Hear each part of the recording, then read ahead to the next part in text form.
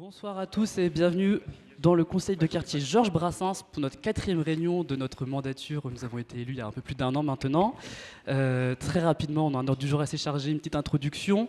Donc depuis notre dernier conseil de quartier, il s'est passé plein de choses, notamment les Jeux Olympiques et Paralympiques. Vous avez pu voir peut-être votre quartier changer de figure pendant ce moment-là, avec la garde républicaine qui est passée dans nos rues.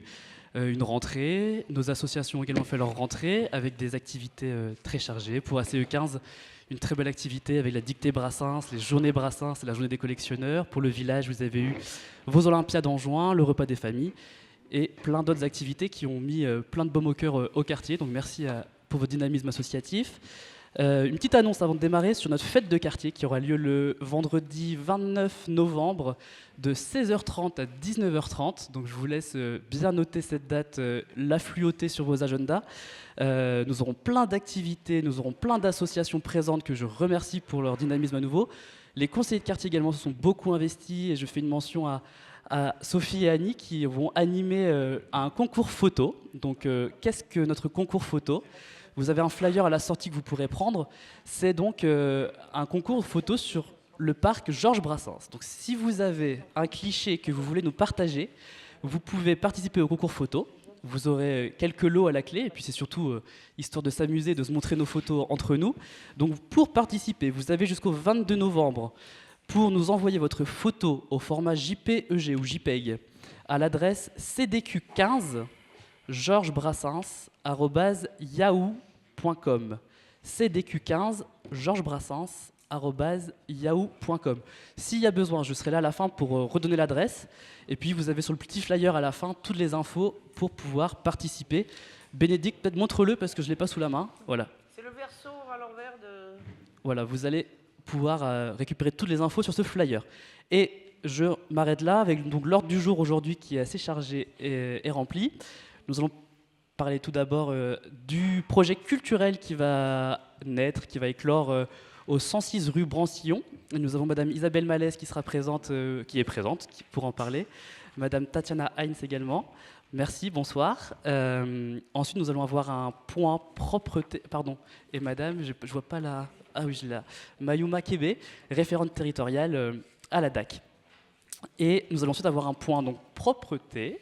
Donc d'abord un point de budget participatif avec Monsieur Mathieu Luineau, adjoint au maire qui est présent, qui nous fera le bilan de ce qui s'est passé depuis le vote de septembre, si je ne me trompe pas, avec plein d'activités, plein de nouvelles pour notre quartier également. Et enfin, un point propreté avec notre groupe propreté du conseil de quartier très actif et dynamique, qui nous fera une présentation de leurs propositions, actions et actualités. Et je laisse la parole peut-être à la DAC, mais peut-être qu'avant, Louise Agathe, tu veux dire un petit mot ? On enchaîne, on débat. On enchaîne. Donc je laisse la parole à la DAC. Je ne sais pas comment vous voulez vous répartir la parole. Merci.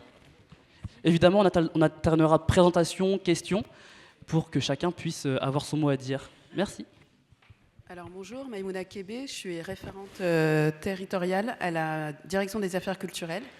Donc j'interviens sur les territoires du 7e, 6e, 5e, 13, 14 et 15e. Et on intervient sur tout ce qui est territorialisation au niveau de la direction des affaires culturelles. On est là ce soir avec mes collègues Isabelle Maillez et l'association La Source, Tatiana Hens, pour vous parler du projet en cours au 106 Brancillon. C'est un espace culturel, c'est situé dans le 15e arrondissement, dans le quartier Brassens.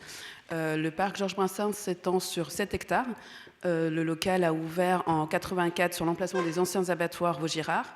C'est situé au bord de la rue des Morillons, au sud, c'est bordé par le sud sur l'ancien chemin de fer de la Petite Ceinture, et à l'ouest par la rue d'Andigue, et à l'est par la rue Brancillon.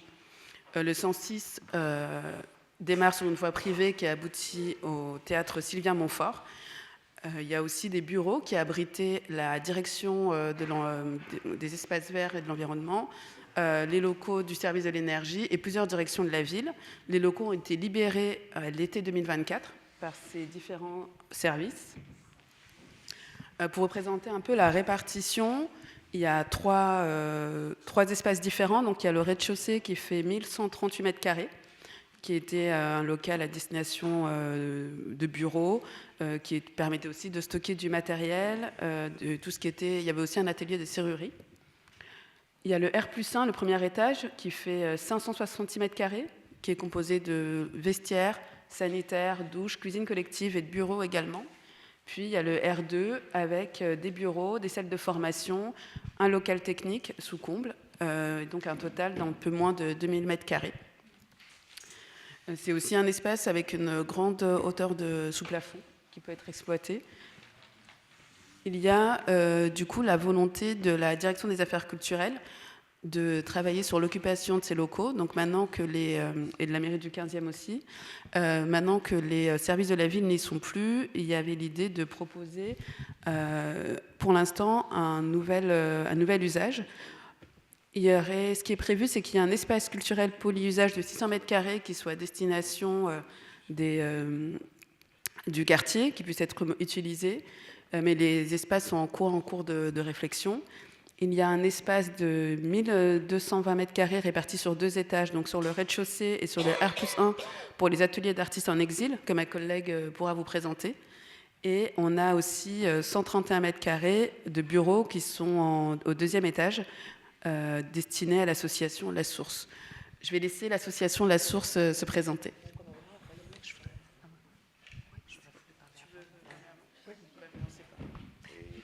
Pardon.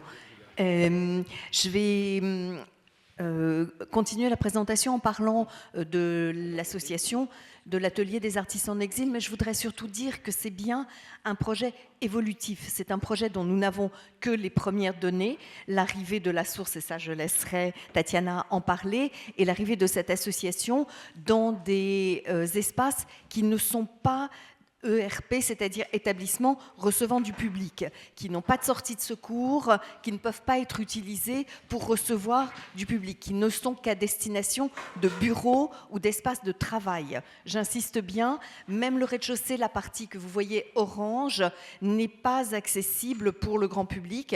L'autre partie, c'est celle qui sera la 2e phase du projet, qui n'est pas encore configurée, sur laquelle on doit encore se mettre d'accord, et qui sera non pas à destination d'une des 2 associations, ni du Théâtre Montfort, mais bien des associations du 15e. C'est un projet qui est en co-construction et qui est ouvert, dont la destination reste complètement ouverte.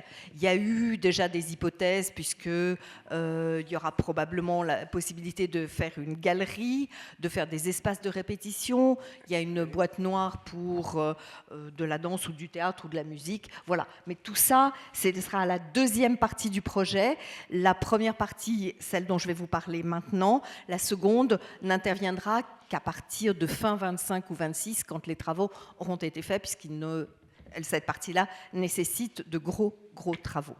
Donc l'association L'Atelier des artistes en exil, c'est une association qui existe depuis fin 2017, qui s'est donnée pour mission d'accueillir des artistes en exil. Et il se trouve que l'histoire récente en a fourni un certain nombre.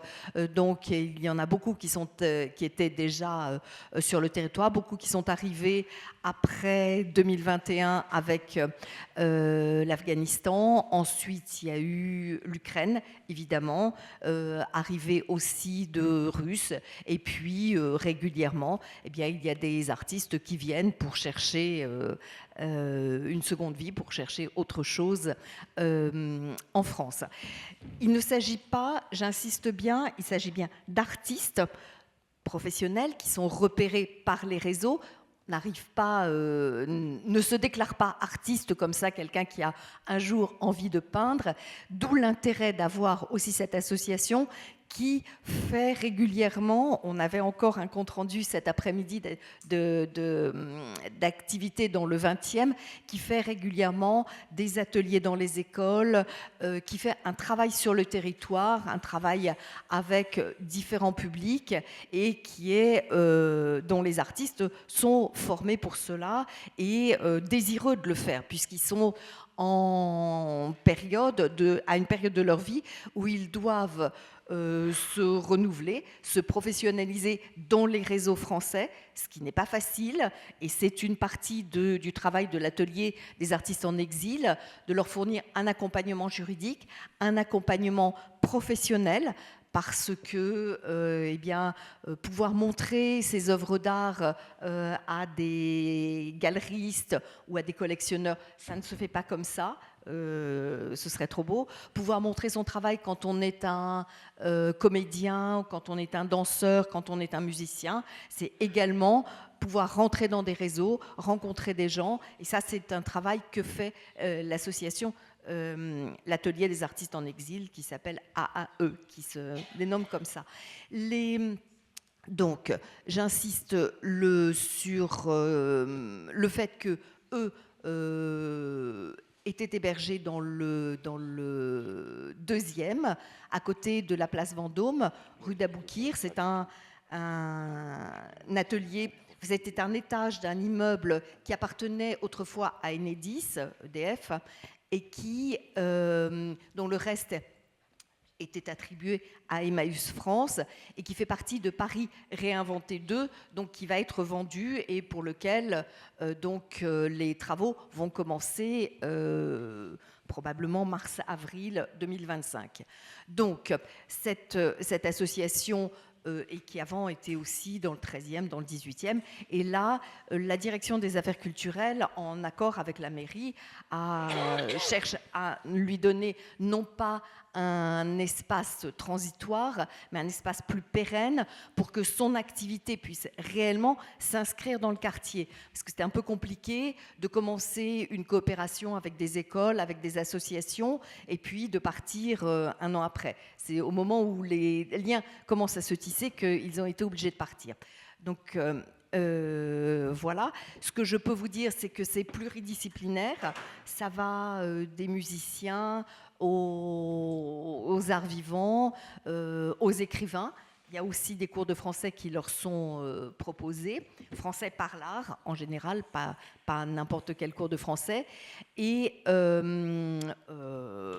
des stylistes, des architectes. Enfin, c'est totalement pluridisciplinaire. L'association est en train de réécrire ses statuts parce que malheureusement, malgré toute la générosité du projet, les demandes sont trop vastes. Il faut effectivement qu'il y ait un moment de sortie de cet accompagnement pour que d'autres puissent en profiter. Donc c'est une idée aussi que ce passage transitoire pour eux se réalise dans les meilleures conditions professionnelles possibles.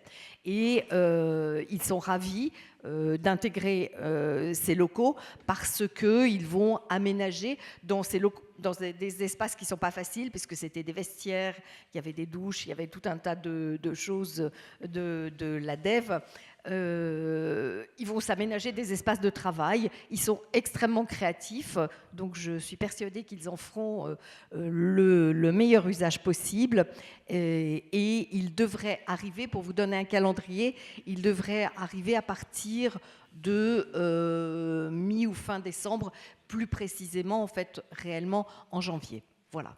Mais je répète, ce ne sont pas des espaces recevant du public.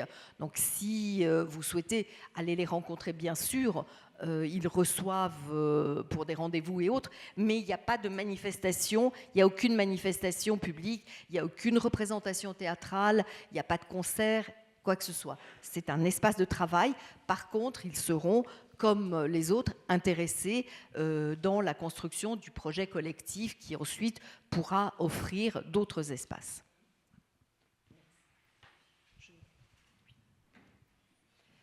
Alors, bonsoir. Je vais prendre la suite pour l'association La Source. Alors, j'avais envoyé une petite présentation. Merci beaucoup, Maïmouna. Donc, avant toute chose, je m'appelle Tatiana Heinz, je suis la directrice de la Source Garouste Paris, puisque la Source Garouste est un réseau d'associations, j'en parlerai un petit peu après. Et je voulais commencer tout d'abord par remercier la direction des affaires culturelles et la mairie du 15e, puisque vous n'ignorez sans doute pas que c'est très compliqué pour une association de trouver des locaux à l'heure actuelle, surtout à Paris. Et nous étions hébergés jusqu'à maintenant dans l'appartement qui appartenait à une membre du conseil d'administration de l'association. Donc là, le fait d'avoir des locaux de 130 mètres carrés pour toute l'équipe, qui sont des locaux refaits à neuf, agréables, c'est un grand privilège. Et donc, je voulais commencer par remercier toutes les personnes qui ont fait que c'était possible. Voilà, nous, on est donc les bureaux du 2e étage qui sont refaits à neuf. Et alors c'est dommage, il y a un petit problème de mise en page, mais bon, c'est la faute de personne. Alors, pour présenter rapidement l'association que vous connaissez peut-être, puisqu'elle a été créée par un couple d'artistes. Lui, en tout cas, est assez connu, Gérard et Elisabeth Garouste. Elle a été créée en 1991, en Normandie tout d'abord, et c'est une association à vocation sociale et éducative par l'expression artistique, à destination d'enfants en difficulté. Donc très concrètement, ce que fait la Source, c'est qu'elle organise des ateliers de pratiques artistiques à destination d'enfants en situation de fragilité. On peut passer. Actuellement, c'est un réseau qui est constitué de 10 antennes en France. La Source Paris est la 7e antenne de l'association par ordre de création. Et nous existons depuis 2017 et nous intervenons sur tout le territoire parisien, mais exclusivement Paris intramuros. Alors, pour parler un petit peu plus concrètement de ce que nous faisons et des ateliers, à Paris en tout cas, ces ateliers ils sont toujours co-construits avec une structure du champ social ou un établissement scolaire. Donc en fait, ne disposant pas d'un lieu justement pour accueillir du public et organiser des ateliers, on va intervenir au sein de structures comme des centres socioculturels, des établissements de la protection de l'enfance, des écoles, des centres d'hébergement d'urgence. Voilà, ça fait partie des établissements auprès desquels nous intervenons. Ces ateliers ils sont animés par un ou une artiste professionnelle que nous rémunérons pour cela. Donc il y a vraiment une qualité artistique qui est attendue et qui se manifeste au cours des ateliers. Et ce qui est particulier, c'est qu'il y aura toujours une personne de la Source qui sera aussi présente aux côtés de l'artiste pendant l'atelier. Donc ça peut être moi ou une de mes collègues ou un bénévole. Donc voilà, il y a toujours un binôme qui assure cette médiation, l'accompagnement des enfants, toute la partie logistique aussi, puisque la pratique artistique, ça nécessite du matériel. Et nous accompagnons des petits groupes d'enfants, donc en général de 5 à 15 enfants grand maximum. En général, on est plutôt autour de 8-10 enfants pour permettre qu'il y ait un accompagnement le plus individualisé possible. Et donc ces enfants, ils ont, à quelques exceptions près, de 6 à 18 ans. Et ils sont donc en situation de fragilité. Donc ça peut recouper plein de choses. Ça peut être des enfants qui résident en quartier prioritaire de la ville, donc qui ont des difficultés économiques et sociales. Ça peut être des enfants qui sont en difficulté scolaire. Des enfants qui sont sous le régime de la protection de l'enfance, donc qui résident dans des foyers ou voilà, d'autres types d'établissements. Des enfants qui viennent d'arriver en France, ce qu'on appelle les mineurs non accompagnés. Donc voilà, tout type d'enfants qui ont traversé des difficultés, traversent des difficultés, et c'est pour eux qu'on considère que l'art et la pratique artistique peuvent vraiment être des outils pour leur offrir un espace d'évasion, un espace d'expression, la possibilité de développer des compétences psychosociales aussi. Donc c'est tout le travail qu'on fait au travers de nos ateliers. Ceux-ci se déroulent sur un temps long, ils durent en moyenne de 12 à 20 heures, donc après il y a plusieurs formats, mais c'est pas juste un atelier d'1 heure, c'est quand même assez long. Ils peuvent mobiliser tout type de pratiques artistiques, donc tout ce à quoi vous pouvez penser en termes d'art, on peut le faire, donc ça peut être des arts plastiques, de la peinture, du dessin, de la photo, mais aussi tout ce qui est art vivant, donc théâtre, danse, cirque. Parfois aussi, ça peut mêler plusieurs pratiques différentes. Et le but d'un atelier est toujours la création d'une œuvre collective qui est donc créée par les enfants. Ce sont les enfants qui vont créer l'œuvre, avec l'accompagnement de l'artiste, bien sûr, mais c'est vraiment une œuvre des enfants et non de l'artiste intervenant. Et cette œuvre, elle est toujours également restituée à la fin de l'atelier dans le cadre d'un vernissage ou d'une représentation, si c'est des arts vivants. Donc il y a toujours une ouverture au public à la fin de l'atelier, qui est en général un moment très touchant et très valorisant aussi pour les enfants. Et on fait un bilan à la fin des ateliers avec justement les structures avec qui on travaille, ce qui permet de capitaliser sur les bonnes et les mauvaises pratiques, enfin de voir comment on peut s'améliorer en permanence. Tu peux passer, merci. Pour vous donner une petite idée, en 2024, donc on est à notre 7e année d'existence, et en 2024, on a organisé 22 ateliers, donc au bénéfice d'un peu moins de 250 enfants, et donc toujours en lien avec une structure sociale ou scolaire, également parfois en lien avec des lieux culturels, puisqu'on commence à avoir des partenariats avec des musées, des galeries, donc on peut aussi organiser des ateliers dans ces lieux. Et donc, comme je vous disais, ces ateliers à l'heure actuelle sont organisés sur tout le territoire parisien, en partie en quartier prioritaire, mais pas seulement, mais dans je dirais la moitié des arrondissements parisiens. Voilà, on organise des ateliers. Et pour faire le lien peut-être avec La raison pour laquelle je suis ici ce soir, c'est que donc, nous venons tout juste d'arriver dans les locaux au 106 rue Brancion.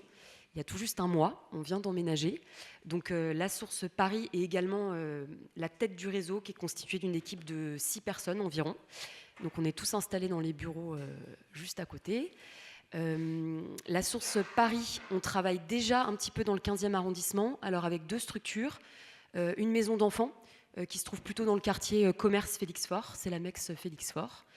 Et un établissement scolaire que vous connaissez peut-être, parce que pour le coup, il est situé tout près d'ici, il se trouve rue de Kronstadt, et c'est l'EREA Alexandre Dumas, donc c'est un établissement spécialisé. On travaille là-bas avec une classe relais, donc c'est une classe d'élèves qui sont en décrochage scolaire, voilà, public un peu particulier. Et notre vision à long terme, maintenant qu'on est ici, et qu'on y est en principe pour un temps assez long, c'est de vraiment s'implanter dans le quartier. Donc on a vraiment à cœur de commencer à connaître tous les acteurs associatifs, culturels, etc., avec qui on pourrait nouer des partenariats pour continuer à organiser nos ateliers. Le fait qu'il y ait un espace à venir de lieux partagés au sein du 106 rue Brancion, ça nous permettra aussi peut-être pour la première fois d'organiser des ateliers dans ce bâtiment et du coup d'avoir un fonctionnement un peu différent où au lieu d'être adossé comme toujours à une structure sociale ou scolaire, on pourrait être un peu plus force de proposition et fonctionner avec un fonctionnement par inscription individuelle par exemple. Et puis on espère pouvoir commencer dès 2025 à intervenir au sein du QPV Brancion-Périchaud, qui est juste à côté, puisqu'on a déposé un dossier dans le cadre de l'appel à projet politique de la ville. Donc voilà, ça nous permettrait de commencer à intervenir dans ce quartier où nous sommes. Voilà, et je vais m'arrêter là. Merci et bienvenue. C'est moi qui commence ? Oui. D'accord.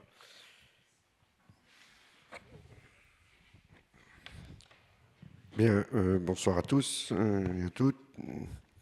Je suis donc Frédéric Jacot, l'adjoint en charge de la culture dans le 15e.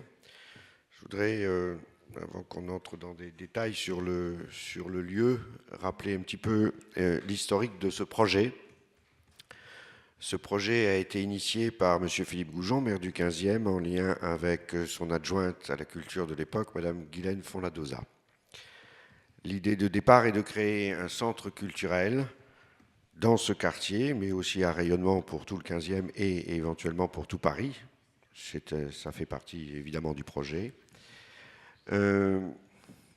Ce projet a été approuvé dans son intention par le précédent maire de Paris, M. Bertrand Delanoë. Le projet n'avait pu connaître un avancement sensible sous sa mandature, compte tenu de l'occupation, ça a été rappelé, par différents services techniques de la ville, de ce bâtiment, transformé pour l'occasion en usine. Voilà. Depuis 2014, il a d'abord été totalement ignoré par la mairie de Paris, pour enfin trouver un démarrage très récent dans un premier financement et maintenant dans des premières exploitations. La proposition de la mairie du 15e a toujours été que le lieu permette l'accueil et l'émergence des artistes essentiellement du 15e arrondissement, dans tous les domaines artistiques possibles. Ce dans les domaines des arts plastiques autant que dans les domaines des arts de la scène, en étant le plus ouvert possible aux acteurs culturels de l'arrondissement, qu'ils soient amateurs ou professionnels. Je voudrais vous expliquer un petit peu la position, la situation des artistes dans le 15e. Les besoins de locaux, que ce soit en matière de studios de répétition, théâtre, danse, musique, et aussi d'ateliers partagés pour l'ensemble des arts plastiques, est considérable dans le 15e. Les demandes affluent chaque semaine à mon bureau et nous ne disposons d'aucune structure dans le 15e de ce type pour y répondre. Aucune. La destination de ce futur centre culturel devrait avoir pour vocation de faire rayonner la culture par l'accueil de nombreux artistes de tous horizons, mais ne doit jamais perdre de vue on ne doit jamais perdre de vue dans cette destination les impératifs et les besoins de l'arrondissement. À notre avis, l'aménagement également d'un véritable lieu de restitution des projets artistiques qui seraient créés dans ce lieu ou ailleurs devrait absolument être prévu. Je pense notamment à la danse, au théâtre, car nous n'avons qu'un lieu de restitution qui est la salle des fêtes de la mairie, qui est pratiquement le seul lieu de l'arrondissement et qui n'est absolument pas adapté ni équipé pour ce type de spectacle. Je n'exclus pas en disant cela le théâtre Sylvia Montfort, mais celui-ci ayant sa propre programmation, il n'est pas ouvert aux pratiques artistiques de l'arrondissement. Et donc il y a un besoin essentiel de réserver dans cet espace un accès aux artistes du 15e. Je vais juste revenir, si vous voulez le remettre peut-être à l'écran, sur le plan d'occupation que vous avez exposé. Voilà, si je comprends bien ce qui se passe, il reste donc dans l'aile ouest 600 mètres carrés sur les 2000 prévus qui pourraient être éventuellement consacrés aux artistes du 15e. Ceci ne satisfait absolument pas la mairie du 15e. Je l'expose comme tel. Je n'ai rien contre, personne n'a rien contre les associations que vous avez nommées, citées, et sur leurs pratiques, et sur la destination de leurs actions, mais simplement, on aimerait être sûr qu'une place suffisamment ample soit consacrée à l'accès de lieux de travail, de lieux de répétition, de lieux de travail sur les arts plastiques aux artistes du 15e, parce que c'est un besoin immense que personne ne mesure, mais je peux vous dire simplement, par exemple, que dans mon fichier des artistes plastiques du 15e, j'ai un fichier avec plus de 1000 artistes professionnels et amateurs. Je ne peux faire que 2 expositions dans l'année. Il y en a une qui se tient actuellement, le salon des peintres, où nous exposons 70 peintres, en gros, sur 1000, je vous laisse faire le ratio, pendant 4 jours dans l'année. Et la deuxième, c'est un week-end de porte ouverte où les gens exposent dans les cafés, chez eux, et sur un espace de tente créé spécialement sur un week-end sur le parvis de la mairie. C'est dérisoire par rapport à beaucoup d'autres arrondissements. C'est dérisoire par rapport au nombre des artistes qui vivent et travaillent dans le 15e.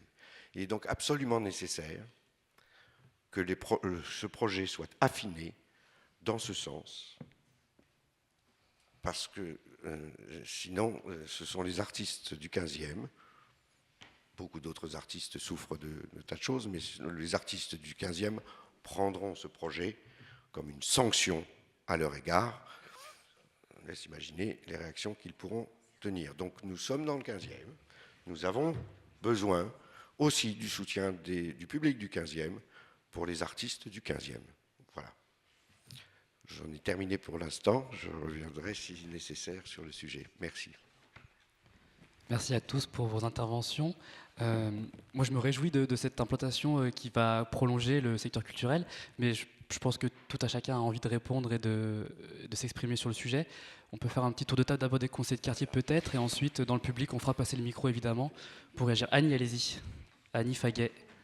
Ah, il n'y a pas de micro ? Il y en a un qui arrive pour Annie.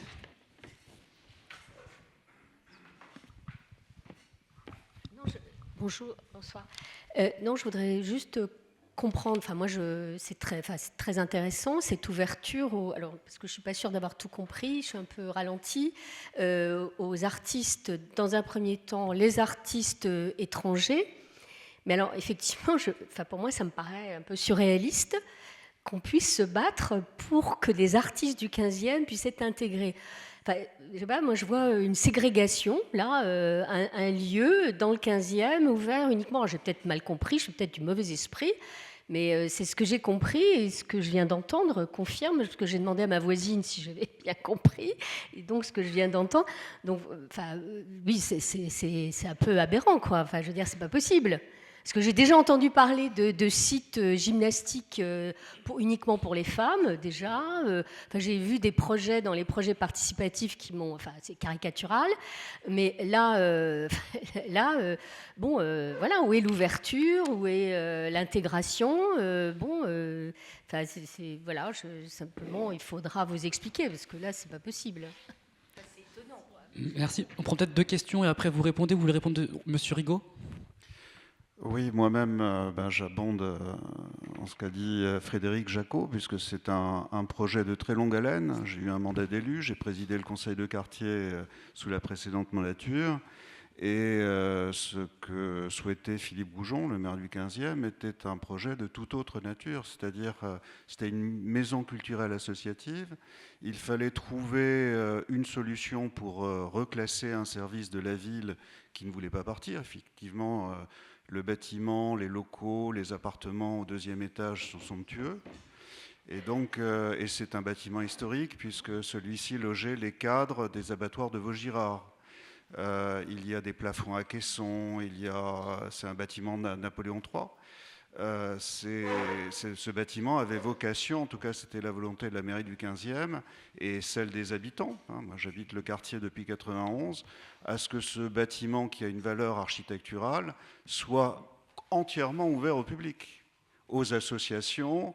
Et donc là, j'ai le sentiment que la ville de Paris avance. Bon, il y a un changement, on a reclassé ce service de la ville, mais déjà, on constate que plus de la moitié des locaux sont attribués à des associations, et je ne mets pas en cause la valeur de ce que vous faites, et ce que vous faites est certainement très bien. Voilà, il n'y a aucun souci avec ça. Mais je crains que vous ayez non pas un bail précaire en attendant de faire évoluer les transformations et de mettre en situation PMR la partie orange. Je crains que votre présence soit indéfinie, et tant mieux pour vous. Mais dans sa globalité, le projet qui nous avait été annoncé, pour lequel nous nous sommes tous battus, habitants, conseillers de quartier, et depuis X années, ne correspond pas aujourd'hui à ce qui avait été souhaité. Voilà. Donc je suis un peu furieux. Je pense que je ne suis pas le seul, non pas contre vous, mais contre la ville de Paris, qui avance ses pions et nous met devant le fait accompli. Voilà, donc merci à la DAC, mais la DAC est au service de l'élu, de l'exécutif parisien. Je ne vois pas bien comment ça peut évoluer. En tout cas, effectivement, il faudrait sanctuariser les 600 mètres carrés qui restent, parce que sinon, qu'est-ce que devient cette maison culturelle associative ? Autre chose que souhaitaient les habitants. Donc j'ose espérer que la mairie de Paris va réagir, parce que sinon nous allons tous être très en colère. Conseillers de quartier, habitants, voilà, élus. Voilà, moi j'ai plus des questions concernant vos associations. Oui, c'est concernant vos associations. Pourquoi Gérard Garouste, enfin, qui est quand même très connu, en quoi est-il effectivement impliqué dans votre projet? La deuxième question, les enfants en difficulté de 5 à 18 ans, c'est quand même un panel très large. Ils n'ont pas les mêmes besoins, ils n'ont pas les mêmes habits. Comment comment les éduquez-vous? Et puis, finalement, ma question, la principale, qu'est-ce que vous entendez par artiste? Je veux dire, en France, il y a quand même des règles. On a soit une formation artistique, soit effectivement on peut être peintre et on commence à être coté quand on commence à exposer. Mais je trouve ça tout à fait très confus. Voilà. Et puis je vais vous dire que je vis à côté d'un immeuble où on va bientôt avoir effectivement 30 mineurs isolés qui étaient déjà là et qui sont partis le temps que leur foyer soit rénové. Les cours vont être... Ce sont des cours, ce sont comment dirais-je, des cours ou des formations après l'école, après l'apprentissage? Pour vous répondre, je vous laisse répondre à ces premiers tours de questions, parce que Madame Malès doit nous quitter dans quelques instants, donc histoire qu'elle puisse répondre. Merci.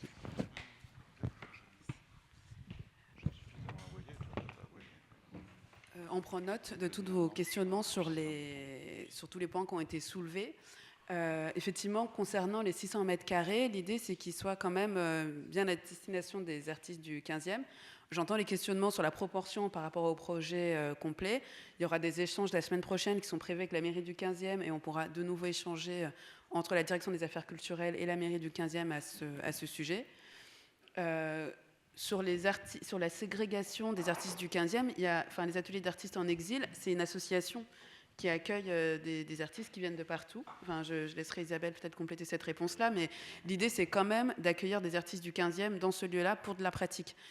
J'entends je relayerai toutes les interrogations sur effectivement tout le sujet de l'espace qui est réservé aux artistes du 15e, mais l'idée, ce n'est pas de les exclure du projet, c'est qu'il y ait quand même une place qui soit réservée dans l'aménagement et à réfléchir, à construire sur ce projet-là. Je laisse peut-être le micro à l'association La Source pour répondre aux autres questions.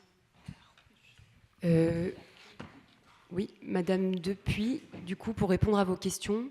Alors, Gérard Garouste, c'est le fondateur de l'association, et encore aujourd'hui, il est impliqué dans l'association. Donc, il va parler de l'association dans les médias, il est président d'honneur du conseil d'administration. Voilà, je ne suis pas sûre d'avoir très bien compris le sens de votre question, mais en tout cas, c'était sa volonté à lui de créer une association qui permettait à des enfants de s'adonner à la pratique artistique, parce que pour lui, l'art a énormément compté dans sa vie, et il pensait que pour tout un chacun, et en particulier les enfants, c'était très important. Voilà. Donc c'est le fondateur de l'association, et voilà. Votre deuxième question, c'était sur les âges.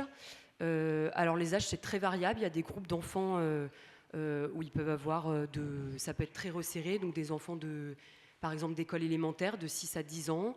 Il y a 2 semaines, j'ai fait un atelier avec des ados de 13 à 15 ans.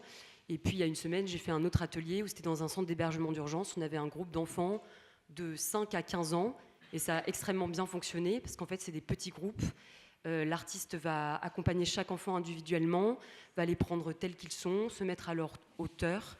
Donc voilà, en fait, tant qu'on le sait en avance et qu'on sait quel âge ont les enfants, on peut aussi définir quel va être exactement le déroulé de l'atelier, à quoi l'œuvre va ressembler à la fin. Voilà, et excusez-moi, j'ai oublié vos autres questions. Ah oui, les sélections des artistes. Alors pour moi, de manière très concrète, administrativement, les artistes avec qui on travaille, ils ont le statut d'artiste-auteur. Donc c'est un statut spécial avec un URSAF spécifique, et voilà. Donc ils ne vont pas à l'école de 15 à 18. Ah, et les mineurs non accompagnés, oui, donc c'est un public aussi qu'on peut accompagner. Mais en fait, ils sont accompagnés par une structure spécifique avec qui on travaille. Donc on a par exemple travaillé avec France Terre d'Asile, que vous connaissez peut-être, qui est une association qui accompagne spécifiquement ce type de public. Et à ce moment-là, c'est France Terre d'Asile qui va sélectionner des jeunes pour les faire participer à l'atelier. Ah oui, et sur le format, vous me demandiez, alors c'est très varié. Ça peut être par exemple des ateliers sur les vacances scolaires qui durent 1 semaine, pendant du lundi au vendredi, 1 semaine de vacances scolaires. Ou alors le mercredi après-midi. Il y en a un qui se déroule en ce moment les mercredis après-midi. Quand on est en école, ça peut être sur temps scolaire. Et là, on se met d'accord avec les enseignants pour savoir quand est-ce qu'on vient intervenir. Voilà. J'espère que j'ai répondu. Merci pour vos réponses. Juste ajouter que on peut le voir aussi, et c'était la volonté de la DAC, d'implanter dans le 15e, dans ce pôle culturel, des associations qui sont reconnues par les professionnels, qui ont une aura parce qu'elles font travailler et puis des artistes internationaux, et que si il y a, puisqu'on parlait d'exposition, s'il y a des gens qui viennent rendre visite dans les ateliers à des artistes, ça peut bénéficier aux expositions et aux artistes du 15e, parce qu'on sait combien il est difficile de toucher les milieux professionnels, et que là, à l'inverse, en ayant ce pôle culturel avec des associations qui sont connues, reconnues, il y a de grands collectionneurs qui sont venus dans le 2e arrondissement, dans le 13e ou dans le 18e, et ça bénéficiera, et on espère bien, c'est le sens du mot pôle culturel, c'est que ça bénéficie à tout le monde. Juste pour compléter cette réponse, il y a aussi l'idée que ces associations travaillent et s'implantent sur le territoire. Donc elles nouent des partenariats avec les associations et les acteurs du territoire. C'est déjà le cas pour La Source qui a déjà pris à tâche avec la coordinatrice sociale de territoire, avec la collègue à la politique de la ville qui va rencontrer petit à petit toutes les associations pour travailler avec les acteurs locaux, avec les écoles du quartier, avec les centres sociaux de l'arrondissement. Enfin, il y a vraiment une idée d'inclure ces associations dans le travail et dans le projet local. Merci. Il est intéressant de voir les points de vue de chacun, mais peut-être, moi je voudrais quand même préciser qu'on a aujourd'hui 0 mètre carré d'espace à vocation culturelle. Demain, on aura 600 quand même pour le quartier. Je trouve moi ça déjà intéressant. Et ensuite, il y aura 2... Comment ? Bénédicte ? Oui, mais c'est toujours mieux que 0 actuellement. Je trouve, enfin moi c'est ce que je voudrais souligner. Et ensuite, il y avait d'autres remarques. Je vais avec Monsieur Mira qui voulait parler, Isabelle Roy. Isabelle. Oui, bonsoir à toutes et à tous. En fait, je voudrais revenir sur 3 points. Moi, j'ai participé à énormément de commissions, vous savez, du budget participatif du 15e. Et il y a eu beaucoup de fois où le 106 a été déposé en tant que projet. Je pense par des porteurs de projets qui avaient envie de voir ce lieu évoluer, qui était tout à fait justifié d'ailleurs. Mais ce que je veux dire, c'est qu'on ne s'est pas intéressé au 106 il y a 2 ans au moment de développer une enveloppe budgétaire. Ça, c'est pas vrai.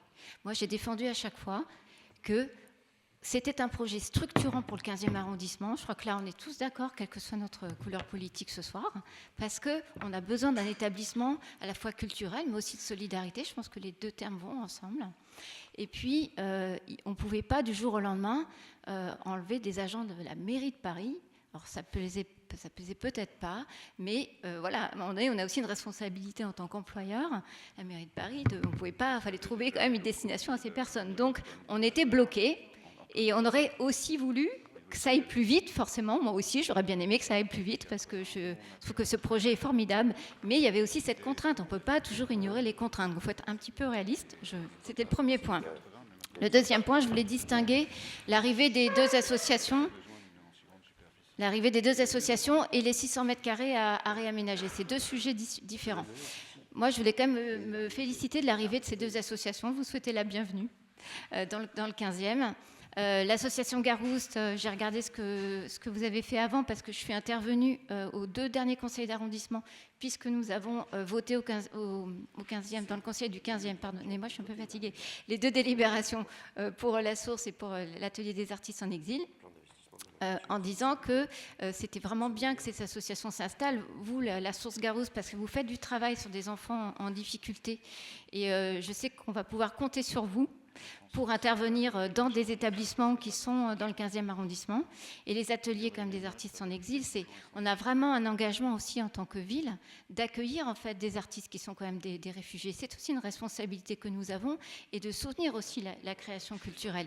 Et pour moi, la condition, on va dire, sans que ce soit une contrepartie qui soit contractuelle, mais c'est qu'effectivement, ces 2 associations rayonnent dans le quartier, travaillent avec les acteurs du quartier et qu'elles fassent vivre aussi, chacune à leur façon, le quartier dans lequel elles sont implantées. C'est ça pour moi qui est important.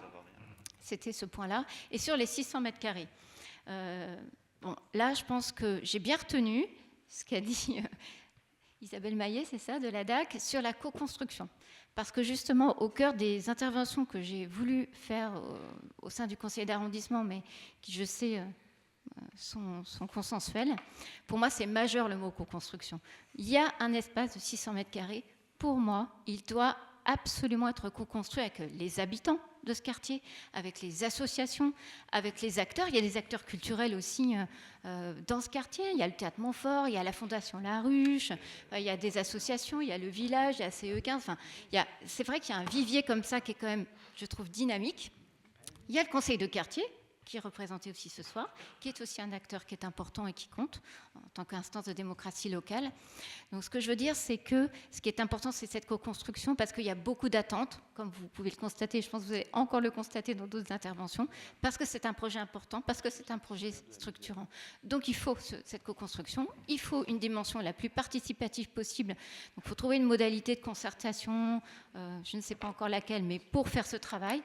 C'est important, et parce qu'il y a des attentes et il y a des besoins dans ce quartier. Moi, toujours, j'ai entendu des associations dire qu'elles manquaient de lieux pour se réunir, qu'effectivement, la piste des pratiques amateurs me paraît être quelque chose d'intéressant.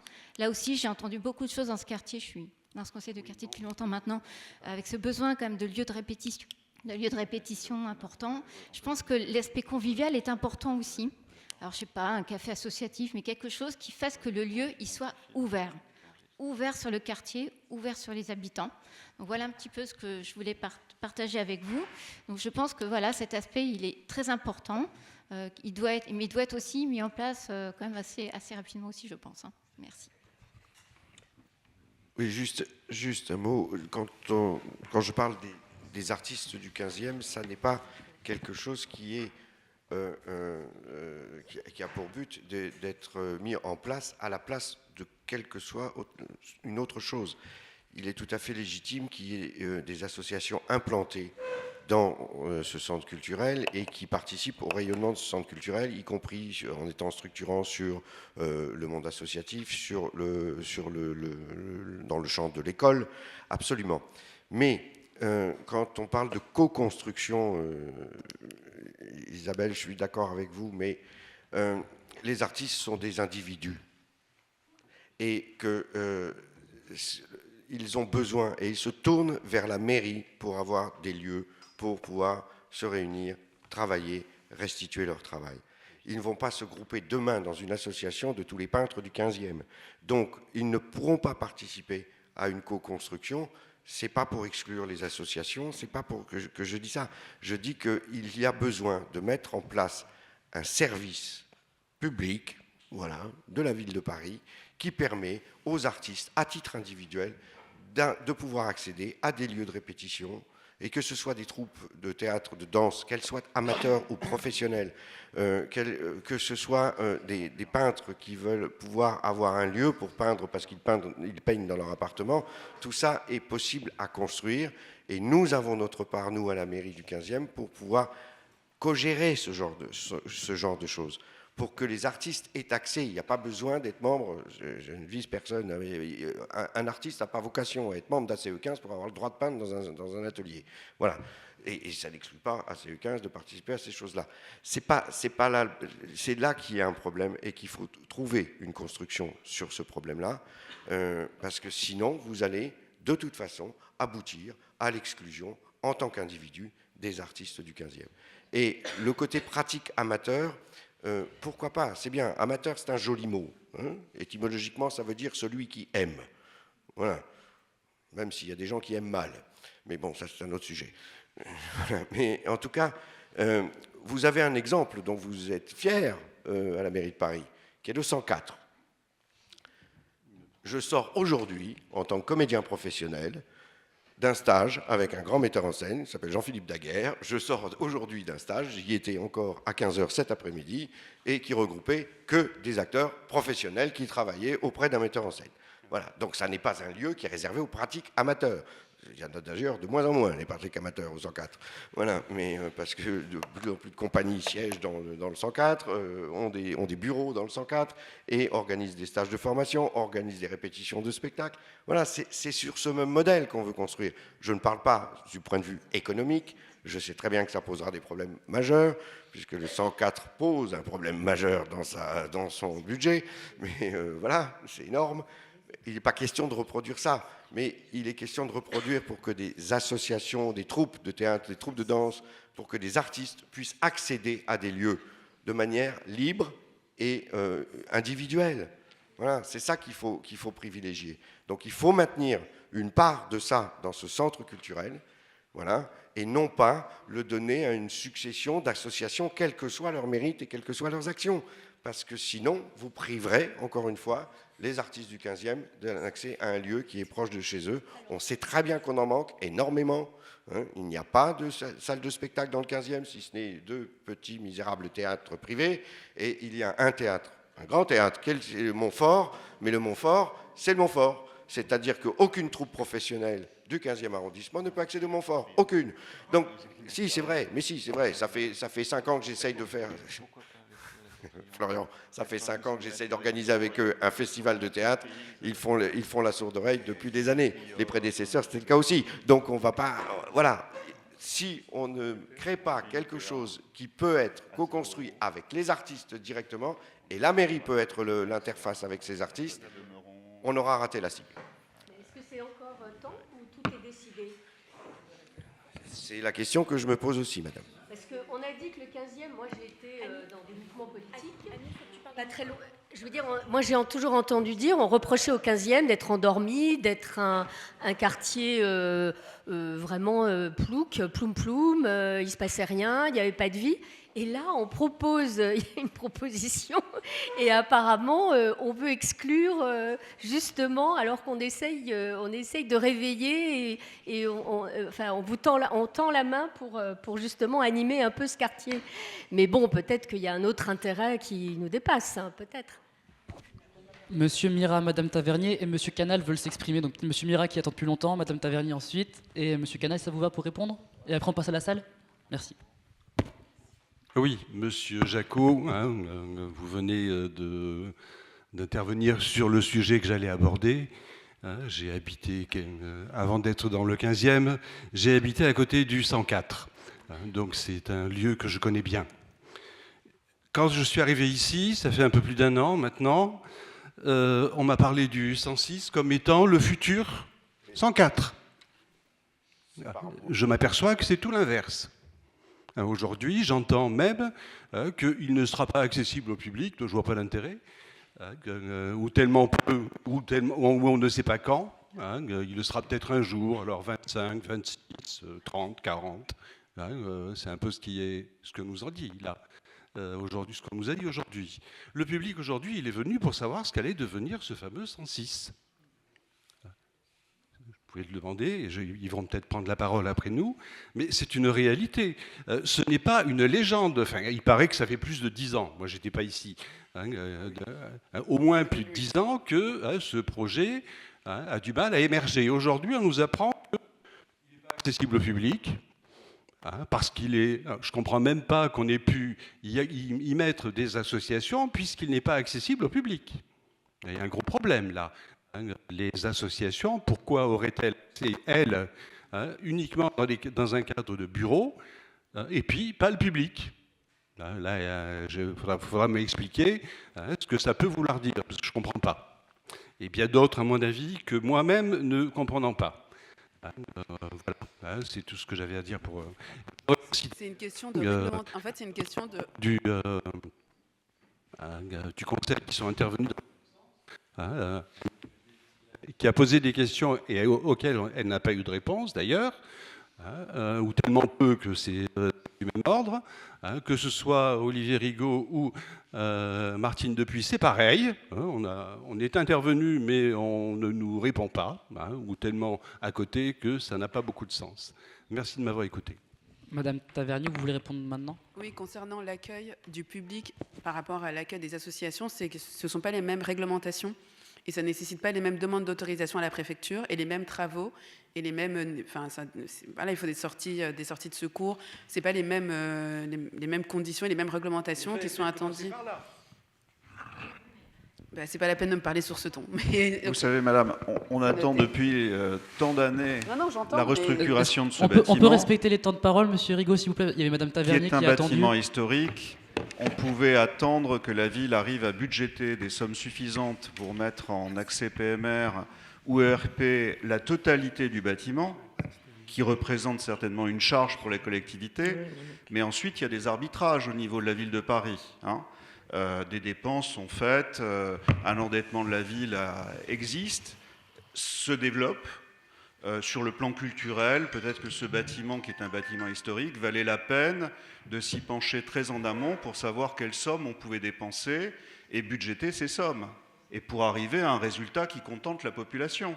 Là, aujourd'hui, on n'en est pas là. On trouve des solutions, effectivement, confiées à des associations. Ça n'est pas une ERP, donc ce sont des bureaux, donc ce ne sont pas les mêmes contraintes.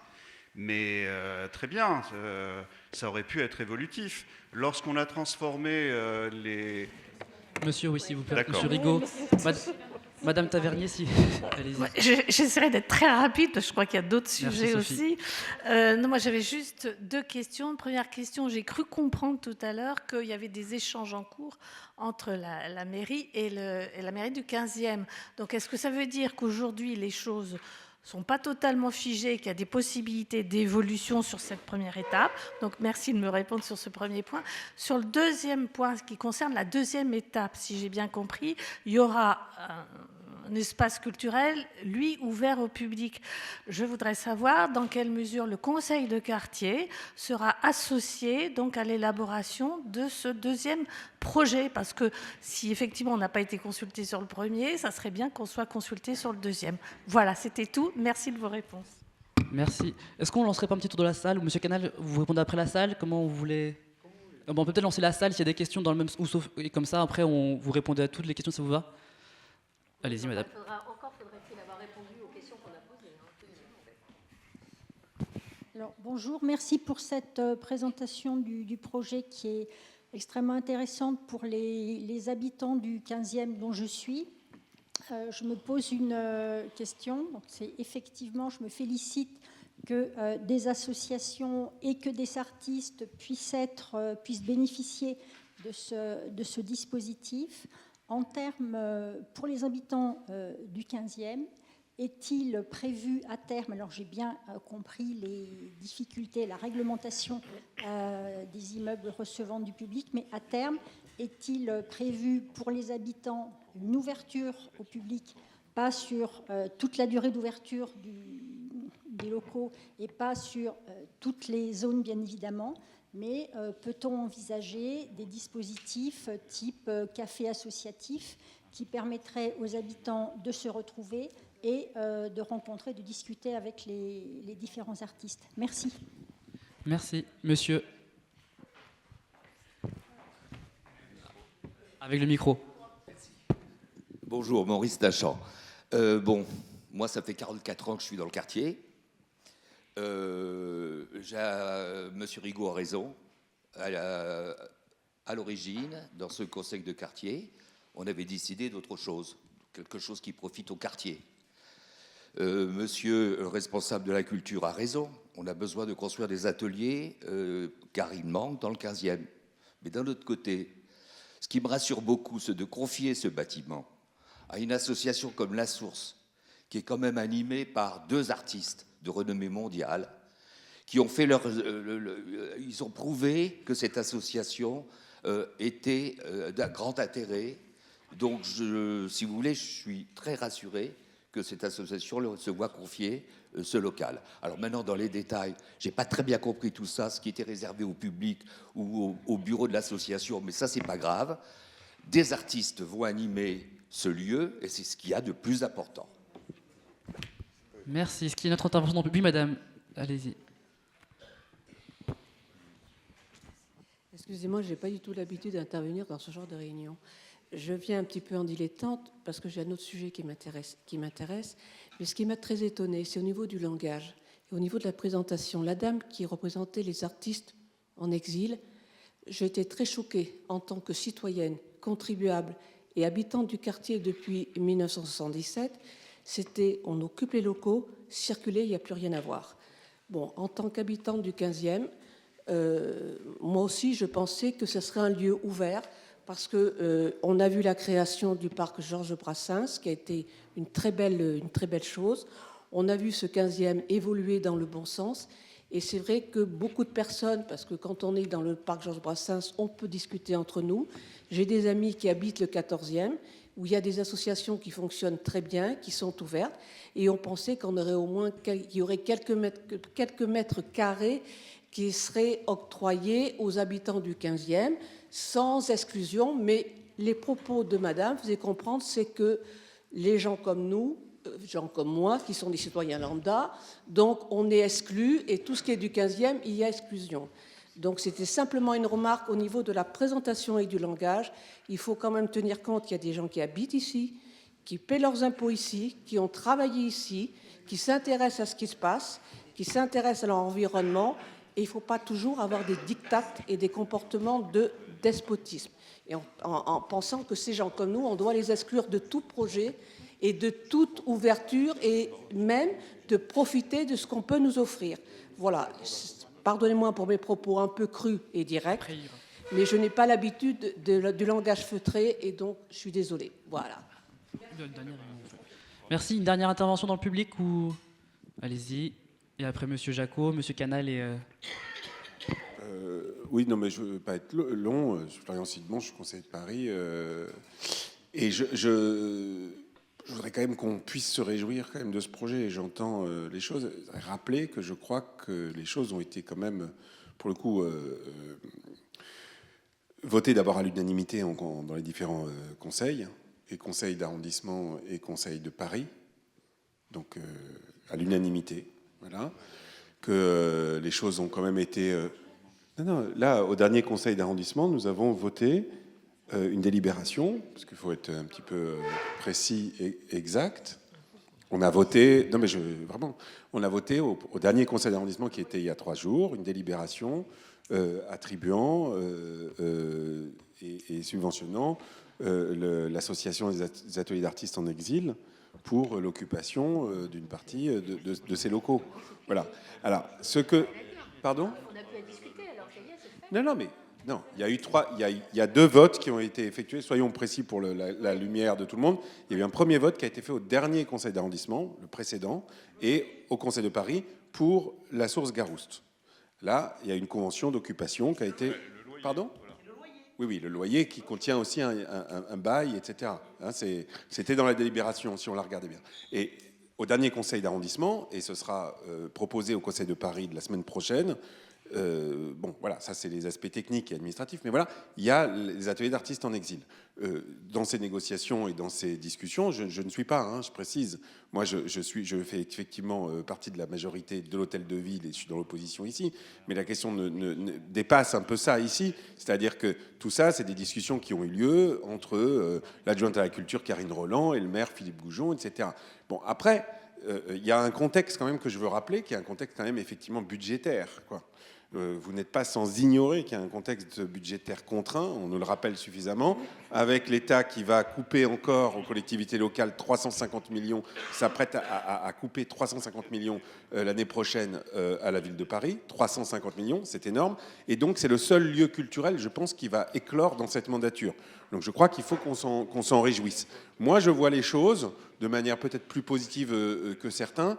D'abord, on est dans un quartier quand même qui a une vitalité culturelle, peut-être on sera au moins d'accord là-dessus, extraordinaire. Enfin, je veux dire, il y a beaucoup de choses qui se font. Il y a effectivement le Montfort qu'il ne faut quand même pas laisser de côté, parce que c'est quand même un établissement où les artistes du 15e ou pas du 15e, internationaux et nationaux, sont accueillis. Il n'y a pas, mais dans aucun théâtre municipal d'arrondissement, les artistes d'un arrondissement sont comme ça accueillis de manière ciblée. Peut-être qu'il faut travailler. Parisiens, oui. Non, je crois pas. Non, mais bon, on va pas, voilà. On se connaît avec Frédéric puisqu'on fait le même métier et que moi j'ai une compagnie de théâtre qui est domiciliée dans le 15e. J'ai jamais joué au théâtre Sylvia Montfort, mais je me réjouis que le théâtre Sylvia Montfort ait un rayonnement international et national. Voilà, il n'y a pas d'exclusivité. Je crois que c'est pas le sujet. Le sujet, c'est de dire qu'il y a quand même une chose, une approche positive à avoir. Et qu'il faut voir ça, je pense, comme une première pierre dans un contexte d'abord budgétaire contraint, avec des locaux qu'il fallait réhabiliter. Et donc, il y avait 2 choix à faire. On sait que les villes, moi, ça, je m'en arrache les cheveux autant que je pense vous, les structures administratives vont lentement, très lentement. On a été très nombreux à porter l'idée qui est un projet. Alors peut-être que Monsieur Goujon, à un moment donné où moi je ne faisais pas encore de politique, l'avait déjà proposé. Mais je veux dire, on a été très nombreux à le porter. Dans les 10-15 dernières années, on était tous à le porter et à porter l'idée qu'il y a un lieu culturel qui ouvre là. Ça a été très long, très compliqué. Isabelle Roy l'a rappelé, il fallait que les directions partent. Elles sont parties seulement il y a 1 an. Là, il y avait 2 choix possibles. Il y avait prendre le temps de peut-être construire quelque chose qui aurait peut-être été mieux ou d'avoir l'argent nécessaire pour ouvrir un lieu culturel. Mais là, on est dans le concret, tous monsieur. les besoins. Moi aussi. On est dans le concret, ne me coupez là. pas, madame. Moi aussi, je suis dans le concret. Non, c'est pas concret ce que vous dites. Je suis désolée. Ah, là, on est dans la structuration. Pour le respect du temps, je propose que Monsieur Jacot réponde. Enfin, que Monsieur La Jacot... mairie du 15e se mobilise pour intervenir. C'est un peu la question qu'on se pose entre nous. Parce que Écoutez, nous, on est, je vais juste finir mon propos et vous laisser la parole. C'est très concret. Ce qui est concret, c'est que il y a une première étape qui est donnée, que effectivement le choix de la ville de Paris a été de pouvoir permettre un amorçage du projet. Et pour cela, il ne pouvait pas, c'est pas un équipement qui est doté de budget de fonctionnement. Voilà, non mais crevons les abcès à un moment donné, il faut le dire, parce que on est dans un contexte budgétaire très contraint. Et donc à partir de là, les deux associations qui vont agir, qui ont présenté leur projet, vont avoir un rayonnement. Ça a été expliqué par Mme Heinz et par la personne des ateliers d'artistes en exil. Ils ne vont pas travailler, eux, dans leur coin de manière fermée. Et ça ne peut peut-être pas satisfaire tous les besoins, on aurait peut-être pu rêver quelque chose d'autre, mais le 104, ça a été créé à une autre époque, une époque où il y avait d'autres possibilités et une approche de la ville qui était de créer des lieux culturels. Pour le respect du temps, vous pouvez conclure, monsieur Sion. Non, mais il y a 600 mètres carrés. Moi, je pense qu'il faut voir les choses de manière positive et les co-construire ensemble. Et c'est surtout ça qui va être important. Et puis, il y aura peut-être, et j'espère, d'autres phases pour développer ensuite le projet. Pas voir que le négatif. On va avoir 2000 mètres carrés de lieux culturels qui va ouvrir. Et on a l'impression qu'il n'y aura aucun rayonnement, aucune retombée. Il ne faut pas voir les choses comme ça. Merci, monsieur Jacot. Oui, non, juste, écoutez, je suis désolé, mais pour répondre un peu à madame sur ce qui se passe dans l'arrondissement, j'organise un peu plus de 35 manifestations culturelles par an dans le 15e, et il se trouve qu'il y en a une ce soir, qui est un concert auquel je dois assister, donc je vais devoir vous quitter. Mais juste pour résumer tout ça, je pense que ce qui fait le fond des problèmes de notre discussion, c'est la perception par rapport à ce qui est installé dès maintenant et ce qui pourra être fait après. Et que là, je pense qu'il y a, alors il y a peut-être des nécessités de faire en sorte que ce lieu existe pour qu'il ne soit pas maltraité, squatté, je ne sais quoi encore, mais que là, dans une forme de précipitation, c'est comme ça que les gens le ressentent aujourd'hui, on installe des choses qui ne sont pas correspondantes aux attentes des habitants et des artistes du 15e. Que tout ça puisse, au fil du temps, enfin, ce n'était pas la priorité de ces choses-là.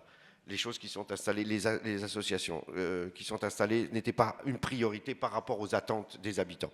Donc, il y a un problème de calendrier, effectivement, et je concède, Florian, que tout ça, je le vois bien, c'est lié aux problèmes budgétaires de la ville de Paris. Mais, enfin, je laisserai d'autres que moi en parler, ils sont plus professionnel que moi sur le sujet. Je suis le premier adjoint. Voilà. Mais en tout cas, est-ce que la mairie se mobilise? Madame, j'espère avoir été, par ma présence ici... Savoir comment se positionne concrètement la mairie du 15e je vous ai expliqué, pour pouvoir participer à ce projet. Je ne conteste absolument pas. Madame, très bien. Je vous ai expliqué... On n'a pas beaucoup de temps. Madame. Oui. Je vous ai expliqué, je suis venu ici pour exposer la position de la mairie du 15e par rapport aux attentes qui nous semblent être celles à la fois des artistes et des habitants, en sachant qu'on veut obtenir une part conséquente dans ce lieu d'accès aux artistes pour leur travail et un lieu de ce qu'on appelle de réception, c'est-à-dire une salle de spectacle, si vous voulez, pour que ces mêmes artistes, et une galerie et une salle de spectacle, pour que ces mêmes artistes puissent exposer régulièrement et puissent présenter leurs travaux. Parce que nous sommes totalement démunis de ça à la mairie du 15e, faute du foncier nécessaire. Oui, donc c'est ça notre objectif. Vous dites peut-être que tout a été décidé. Donc, non, tout n'est pas décidé encore, puisqu'il y a... Tout n'est pas décidé encore, puisqu'il y a encore des parties, à mon sens trop petites, mais il y a encore des parties, à mon sens trop petites, Florian, à mon sens trop exigu, mais j'espère qu'il y aura tout ça. En tout cas, c'est la position de la mairie d'exiger ces choses-là le plus possible pour que peut-être une part de ces exigences soit satisfaite. Merci. Je vous remercie tous et je suis désolé de devoir vous quitter. Merci mais je vous beaucoup invite d'être venu. à suivre toutes les activités culturelles qui sont présentées sur la newsletter de la mairie. Vous saurez tout ce qui se passe. Il y a actuellement un salon des peintres du 15e à la mairie et ce soir un concert bistrot dans un café. Il y en aura un autre en décembre et il y en a 8 par an comme ça. Voilà, et vous aurez en décembre le concert de Noël le 18 décembre. Merci. Merci beaucoup de votre présence, monsieur Jacot. Il y a eu quand même plusieurs questions autour de table. Je laisse peut-être les associations répondre et la DAC. Voilà, aux questions différentes qui ont lieu. Et monsieur Canal pour conclure et on passe au sujet suivant. Si vous voulez...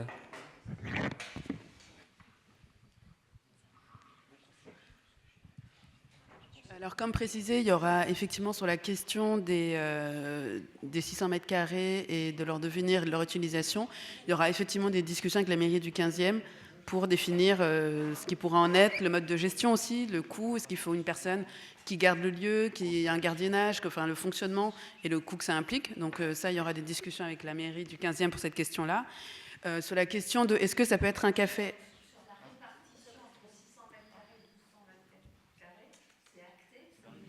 Bah, ça, il faudra qu'on voit si on a une marge de manœuvre ou pas de discussion avec la mairie. Ça, je ne peux pas vous répondre, mais du coup, ça restera... On pourra revenir vers vous. Je peux noter la question et on reviendra vers vous là-dessus. Idem sur l'accès au public et de comment le lieu peut être ouvert au public. Ça, ce sera a priori des questions qui viendront plus tard, parce qu'il y a quand même beaucoup de travaux à faire. Et donc voir ensuite, à partir de là, ce qui pourra être fait. Donc ça, on pourra aussi réfléchir avec la mairie et voir avec le temps et voir budgétairement aussi qu'est-ce que ça implique et quel coût ça a et comment ça peut se faire.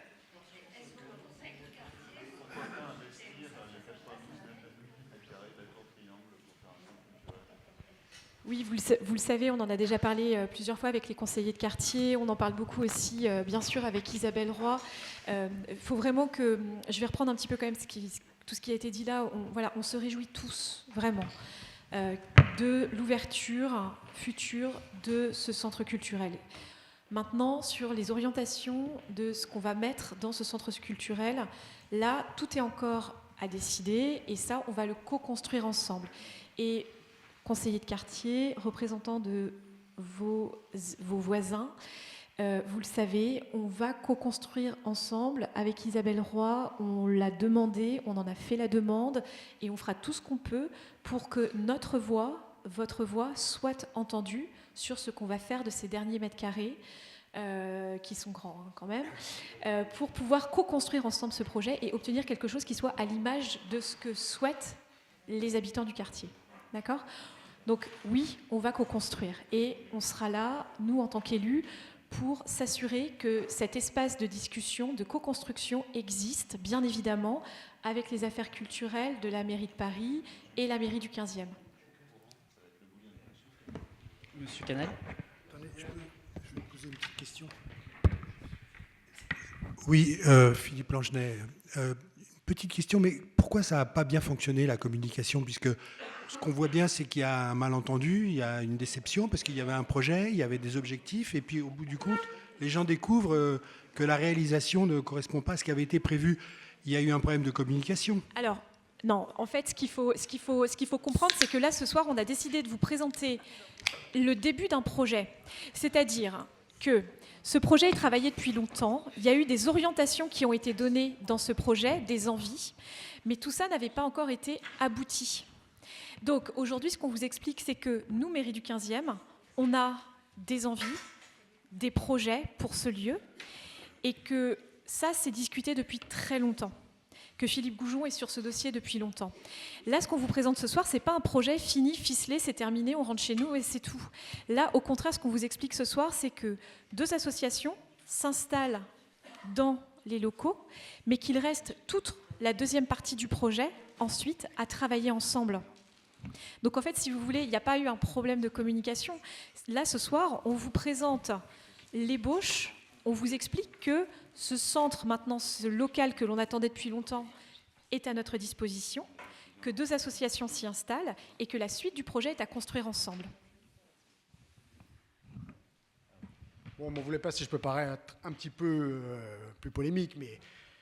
Parce que le problème, pour répondre à votre question, moi, je considère que le sujet, c'est de savoir ce qu'on met derrière la co-construction. Parce que si la co-construction, c'est l'information, bah, ça donne un petit peu ce qu'on a ce soir. Parce que, comme M. Rigaud l'a dit, depuis 20 ans, en réalité, ce projet était poursuivi et a été présenté d'ailleurs plusieurs fois dans ce conseil de quartier. J'étais jeune élu, je m'en souviens. Je ne suis pas si vieux que ça, mais déjà, en effet, c'était la première vision qu'avait développée tout à l'heure Olivier Rigaud, qui a été présentée et qui a été soutenue, donc portée par le quartier, et relayé et soutenu, et vraiment très fortement soutenu par Philippe Goujon, depuis 20 ans. Évidemment, le problème de la co-construction, c'est toujours le même. C'est-à-dire, il y a toujours un effet déceptif qui va avec. C'est-à-dire, on fait des choses avec les conseils de quartier, on vote, on va dans un sens, puis tout d'un coup, ça redescend différemment. Mais ça, c'est un problème aussi, désolé Madame Roy, avec la ville de Paris. Parce que ça, c'est un projet parmi d'autres, mais ce n'est pas la première fois qu'on a ce même cas de figure.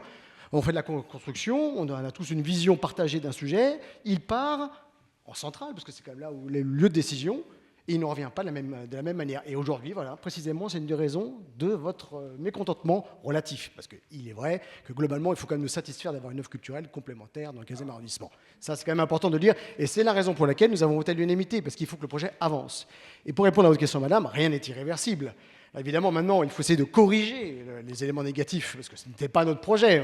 On a eu un bébé, puis il revient pas tout à fait de la même nature que la case départ. Il n'en demeure pas moins qu'il faut essayer de le corriger. Donc la correction, c'est en effet récupérer les fameux 600 mètres carrés, enfin en tout cas les sanctuariser, et voir ensuite si dans son évolution, il n'y a pas moyen, encore une fois, de l'enrichir de manière un petit peu différente, qu'il soit plus tourné vers le 15e arrondissement. Ça ne veut pas dire à l'exclusion des autres, on a tous compris, hein, mais qu'il soit un petit peu plus rééquilibré dans sa deuxième phase. Et j'insiste beaucoup sur cet élément, et je dis ça pour mes collègues qui sont de la majorité parisienne. Et nous serons très attentifs, et nous le dirons ici lors des prochains conseils de quartier, voilà, à ce que vraiment ce projet soit dans une construction concrète, réelle, et qu'elle ne soit pas simplement de l'information, comme ça, de l'injonction qui vient de la mairie centrale. Bon, voilà. Donc, quant aux questions budgétaires, elles sont très relatives, mon cher collègue, car c'est une question, comme l'a dit M. Rigaud encore une fois tout à l'heure, d'arbitrage. À chaque conseil d'arrondissement, je me permets de vous préciser, des millions d'euros sont déversés dans des préemptions qui, de notre point de vue à nous, ne sont pas indispensables. Elles auraient très bien pu aller sur d'autres thématiques comme celle de la culture. Donc ce n'est pas une question de restriction budgétaire, même si les contraintes budgétaires sont fortes, mais en fait elles le sont déjà depuis des années en réalité. C'est une question de choix et d'arbitrage politique. Nous n'avons pas les mêmes priorités que celles de l'exécutif parisien. Nous le regrettons, mais c'est ainsi. Mais en tout cas, nous serons très attentifs au prochain conseil de quartier, pas forcément le prochain, mais les prochains, à vous faire un retour sur vos préoccupations qui sont tout à fait raisonnables. Maintenant, il faut avancer. Hein. Je pense que c'est ça surtout l'objectif. Voilà, il faut avancer dans la co-construction sur les 600 mètres carrés. Je pense que Louise Agathe Charpentier l'a très bien rappelé. Voilà, maintenant, ce projet, il reste ouvert, monsieur Canal. Ce projet, il reste ouvert. Il y a 600 mètres carrés. Voilà, maintenant, il faut avancer, c'est tout. Et chacun prenons nos responsabilités et appuyons ensemble pour que ça se passe, justement. Je pense que c'est ça maintenant.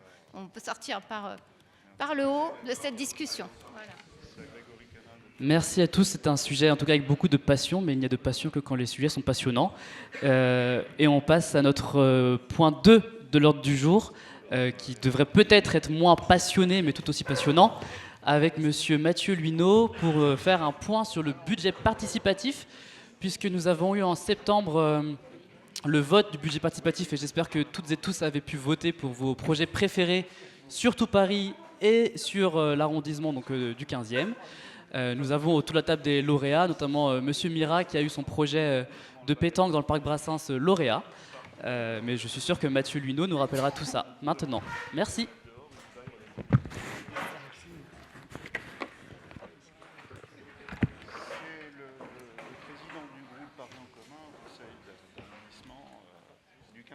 C'est l'opposition municipale du 15e.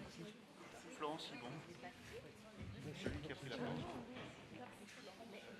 Oui. Je comprends pas comment ils ont pu s'exprimer si longtemps. C'est bon? Ouais. Et merci à nos intervenants juste qui s'en vont, qui sont venus pour leur participation. Allez-y, merci. Bien, bonsoir à tous. Donc quelques mots effectivement sur le budget participatif dont on a terminé la phase de vote il y a quelques mois maintenant, fin septembre. Je vous ai mis ici à titre informatif un rappel du calendrier qui bouge assez peu en fait chaque année. Hein, donc avec une phase de vote qui a eu lieu, alors peut-être avant la phase de vote, on avait eu au mois de mai-juin en mairie du 15e avec certains d'entre vous, des représentants de la mairie centrale, le maire et moi-même, une réunion de sélection des projets qui allaient être soumis au vote avec quelques arbitrages techniques aussi de la part des services de la mairie centrale, qui s'est suivi donc de la phase de vote au mois de septembre, pour laquelle vous avez été à peu près 9600 dans le 15e à participer, essentiellement dans les urnes physiques que nous avions mis en place un petit peu partout dans l'arrondissement, à la fois des urnes fixes et des urnes mobiles. Suite à quoi on a eu l'annonce donc des lauréats au mois d'octobre. Maintenant, les prochaines étapes, c'est de sanctuariser les projets qui ont été votés et les crédits affectés par un vote à la fois en conseil d'arrondissement et en conseil de Paris. Donc ça se fera comme chaque année au mois de décembre. Et puis à partir de début 2025, une fois que tous ces crédits seront votées, on passe aux études techniques plus poussées par les services et la mise en œuvre progressive qui, voilà, comme pour chaque projet, on espère se fera le plus rapidement possible, même si ça prend parfois un peu plus de temps. Comme je le disais, vous avez été plus de 9000 dans l'arrondissement à participer à la phase de vote, comme chaque année parmi les premiers arrondissements de Paris. On avait 20 projets qui avaient été soumis à vos votes, parmi lesquels il y en a 11 qui ont été retenus pour une enveloppe budgétaire totale de 7 500 000 euros. Alors en réalité, c'était 10 projets qui sont rentrés pleinement dans cette enveloppe-là. Le 11e projet, on l'a repêché, si je puis dire, avec le maire, puisque c'est une faculté qu'on a quand l'enveloppe budgétaire est épuisée, de rajouter un petit peu sur le budget d'investissement de la mairie du 15e pour permettre aux projets qui étaient un petit peu tangents d'être quand même retenus et de faire partie des projets lauréats. Donc 11 projets dont vous êtes un conseil de quartier qui est, je dirais, particulièrement bien doté cette année, puisque vous bénéficiez de pas forcément pleinement, on va y revenir, mais en tout cas d'une partie d'au moins 8 projets sur les 11 qui ont été retenus. Alors je ne suis pas sûr que de là où vous êtes, vous voyez très bien la carte qui s'affiche à l'écran, mais vous pouvez la revoir sur le site internet de la mairie du 15e, mais on voit au moins, je pense que vous pouvez vous faire une petite idée qu'il y a beaucoup d'épingles dans votre quartier, et donc on va revenir individuellement sur les différents projets qui sont votés. On vous les a mis ici par ordre de succès au vote, puisque comme vous le savez peut-être, on procède par ce qu'on appelle la méthode du jugement majoritaire. Donc ça permet d'avoir un classement des projets qui bénéficient de plus ou moins de soutien. Et donc on regarde comme ça progressivement ici les projets qui ont bénéficié du soutien le plus fort de la part des riverains. Vous allez le voir, beaucoup de projets d'espace vert, et c'est d'ailleurs ce premier projet que je vous présente rapidement, donc qui est un projet tout 15e, mais qui en 180 000 euros se destine à valoriser un petit peu les différents espaces végétalisés qu'on a dans l'arrondissement, et plus particulièrement pour votre quartier, ça se situe plutôt au niveau de la petite ceinture, avec l'installation de mobilier qui ont été proposés par une association, un porteur de projet, avec des assises, des tables, des transats, enfin bref, pour avoir un espace un petit peu où les gens qui passent par la petite ceinture peuvent se poser quelques instants, et tout ça sera géré donc par une association, par le porteur de projet. Donc, petit projet, je dirais, mais celui qui avait eu le plus de succès dans l'arrondissement. L'autre projet, alors je crois que le descriptif ici est un petit peu erroné, il faudra qu'on le corrige, mais c'est en fait un espace de valorisation du développement de la présence canine, développement des caniparks. Je pense que mon collègue ici, Laurent Racapé, qui s'occupe de la condition animale, en parlera mieux que moi, mais c'est un sujet important qui a de plus en plus de succès dans Paris et dans le 15e, et qui est ici donc lauréat de ce deuxième projet. Ici, pour ce quartier, c'est plus précisément d'améliorer les conditions d'accueil des animaux, et donc plus précisément des chiens, dans le parc Georges Brassens, avec l'idée de rénover, revégétaliser l'espace existant, et d'agrandir aussi l'allée aux chiens, qui je crois a beaucoup de succès. Donc ça permettra d'améliorer l'accueil dont certains d'entre vous bénéficient peut-être.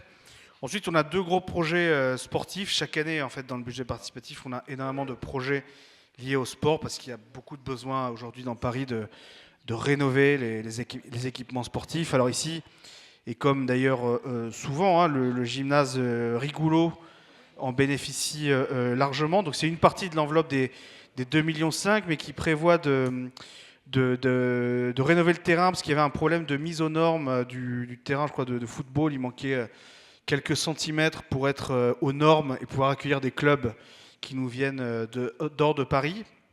Donc cette mise aux normes-là va être faite dans ce budget-là. On va aussi rénover les tribunes pour qu'elles soient un peu plus accueillantes pour le public. Et on va aussi créer un clubhouse. Alors pour ceux qui ne savent pas forcément ce qu'est un clubhouse, c'est tout simplement un espace d'accueil pour les accompagnants, que ce soit les parents dont les enfants viennent s'adonner à une pratique sportive. Vous pouvez patienter en attendant dans ce clubhouse. Donc c'est aussi un espace d'accueil un peu plus sympa pour vous tous. Si vous voulez aller faire du sport, vous pouvez y aller avant, après, et encore une fois pour les accompagnants.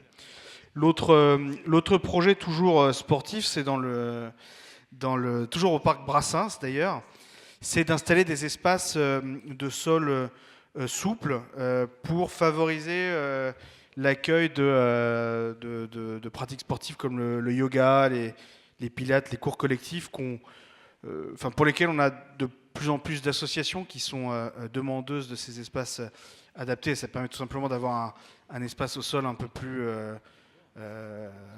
matelassé, entre guillemets, pour pouvoir s'adonner à ce genre de pratiques pour lesquelles on a une offre assez riche. Je pense notamment, on le présente régulièrement au forum des seniors. Il y a une offre assez riche qu'on propose là-dessus. Ensuite, on a un projet c'est un des projets qui est lié aussi au plan climat, dont on a abondamment parlé il y a quelques jours tous ensemble en conseil d'arrondissement, qui est ici dédié aux pratiques culinaires. Donc le nom du projet, c'est la promotion de l'alimentation saine et durable. Ici, l'idée, on a deux porteurs de projets qui ont envie de développer des espaces de cuisine. Donc il y a le CDL dans son local qui est à Falguière et la maison Sport Santé du 15e. L'idée, c'est d'avoir des ateliers cuisine collaboratifs pour à la fois permettre, par exemple, à certains publics jeunes à apprendre des pratiques de cuisine saines, mais aussi pour permettre à certaines associations qui veulent peut-être promouvoir des cuisines qui nous viennent un peu du monde entier. Tout ça sera préparé par ce porteur de projet pour nous permettre aussi de découvrir des pratiques culinaires un petit peu différentes. Et puis on a un projet d'installation d'une serre aquaponique, donc qui se fera initialement, qui était porté par un porteur de projet qui nous venait du groupe scolaire Brancion. Il y a quelques discussions sur la capacité en fait des enseignants à vraiment accueillir la serre ou pas, parce qu'on a eu une remontée comme quoi ceux qui s'en occupaient auparavant ne sont plus là. Donc si ça ne se fait pas dans ce groupe scolaire-là, on trouvera un autre groupe scolaire dans le quartier qui sera prêt à l'accueillir. Mais là aussi, c'est une pratique, on va dire, pédagogique pour les publics plus jeunes et pour les former pour les années à venir. On a aussi un projet qui est assez fort pour un autre local qui est le CDL Brancion, on sent boulevard Lefebvre, qui va ici bénéficier d'un aménagement de son sous-sol. Pour ceux d'entre vous qui connaissent le lieu, je crois que d'habitude Moadi siège dans ce quartier. Je me tourne vers ma collègue Louise Agathe, qui ne m'écoute pas, mais je crois que Moadi siège d'habitude dans ce conseil de quartier. Voilà, donc Moadi aurait pu présenter, mais c'est lui qui va bénéficier avec le CDL Brancion donc de cet espace en sous-sol, avec un espace qui va accueillir de nouveaux équipements numériques, puisqu'ils accueillent au CDL Brancion régulièrement, notamment des publics qui sont en insertion et qui sont éloignés de l'emploi et qui peuvent bénéficier d'un accompagnement sur comment est-ce qu'on utilise les outils numériques, par exemple, pour faciliter la recherche de travail. Donc tout ça aide aussi à la réinsertion et c'est particulièrement utile.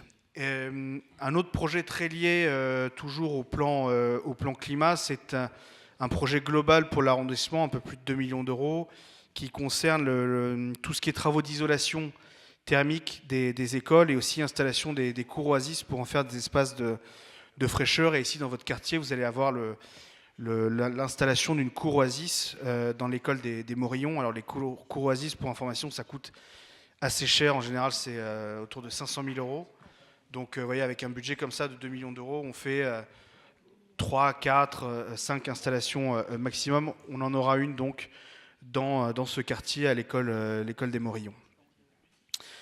Le dernier projet, donc c'était le projet qu'on a repêché entre guillemets avec le maire, qui est à nouveau un projet qui concerne les parcs et jardins, et qui plus particulièrement dans votre quartier donc concerne l'installation d'un terrain de pétanque. Mais je ne sais pas, Monsieur Mira, comme vous êtes un des instigateurs de ce projet, si vous voulez en dire quelques mots pour le présenter. Je ne veux pas vous voler la vedette. Bien, je vais être très court. D'abord, ce projet a été déposé avec Moadi Diallo, c'est-à-dire l'association Créato Île-de-France. Hein, donc je ne suis pas le seul et unique, je n'ai pas l'unique paternité de ce projet. La pétanque, tout le monde sait ce que c'est. Et il y a déjà plusieurs, on va dire, terrains dans le 15e. Hein, c'est loin d'être le premier. Celui-ci aura peut-être un public plus élargi parce qu'il est peut-être un peu plus central que ceux qui sont un peu plus éloignés. Entre autres, le plus près existant, c'est celui du docteur Calmette, du square du docteur Calmette, mais qui est très mal utilisé, semble-t-il. Hein. Chaque fois que j'y suis allé, il n'y avait jamais personne qui jouait dessus. C'est dommage d'ailleurs, parce qu'il est bien. Mais c'est parce qu'il est certainement un peu décentré qu'il est un peu moins utilisé. Le parc Georges Brassens a déjà un public considérable. Donc là, je sais qu'il sera utilisé puisqu'il y a déjà des joueurs de pétanque, alors qu'il n'y a pas de terrain. Voilà. Merci. Et donc c'est le dernier projet, mais ça fait déjà pas mal pour le quartier et même pour l'arrondissement, avec, vous le voyez, un panel assez large d'activités qui sont financées, ce qui témoigne aussi un petit peu de l'intérêt assez varié des différents projets qui sont déposés et votés dans le 15e, avec, vous voyez, beaucoup de parcs jardins aussi qui sont traités. On avait eu il y a quelques années la rénovation du parc Saint-Lambert, Brassens, qui était très, très réussi. Et donc on continuera avec ces différents projets à améliorer cet espace d'accueil. Je ne sais pas si vous avez des questions, en tout cas juste pour rappel de quelques éléments pour la suite. Là, on passe à l'étude de faisabilité plus poussée et à vraiment le déploiement de ces différents projets. Vous avez la possibilité en ligne sur le site décider.paris.fr de continuer à déposer des idées pour l'édition 2025 du budget participatif. Donc toutes les idées qui seront déposées jusqu'en janvier 2025 seront étudiées, soumises à l'étude des services techniques. Donc n'hésitez pas à le faire, à vous rapprocher de votre conseil de quartier ou de moi-même si vous avez des questions, par exemple, sur comment est-ce qu'on procède, comment est-ce qu'on dépose un projet. On est toujours à votre disposition pour vous aider. Et puis vous avez aussi le soutien de Moadi, donc du CLD Elbransion, qui est aussi un accompagnant dans ce quartier, dans le 15e, des porteurs de projets qui pourraient avoir besoin d'accompagnement technique, notamment pour déposer en ligne. Si vous ne savez pas trop comment faire, vous pouvez aussi vous tourner vers eux. Voilà ce que je pouvais vous dire sur le budget participatif 2024. Si vous avez des questions sur ces projets ou sur la suite, sont évidemment les bienvenus. Oui, Madame Depuis. J'ai juste une question. Je vais vous dire, avec Shervin Janani, en 2017, on a déposé le projet de rénovation du parc Georges Brassens. Il a fallu 7 ans.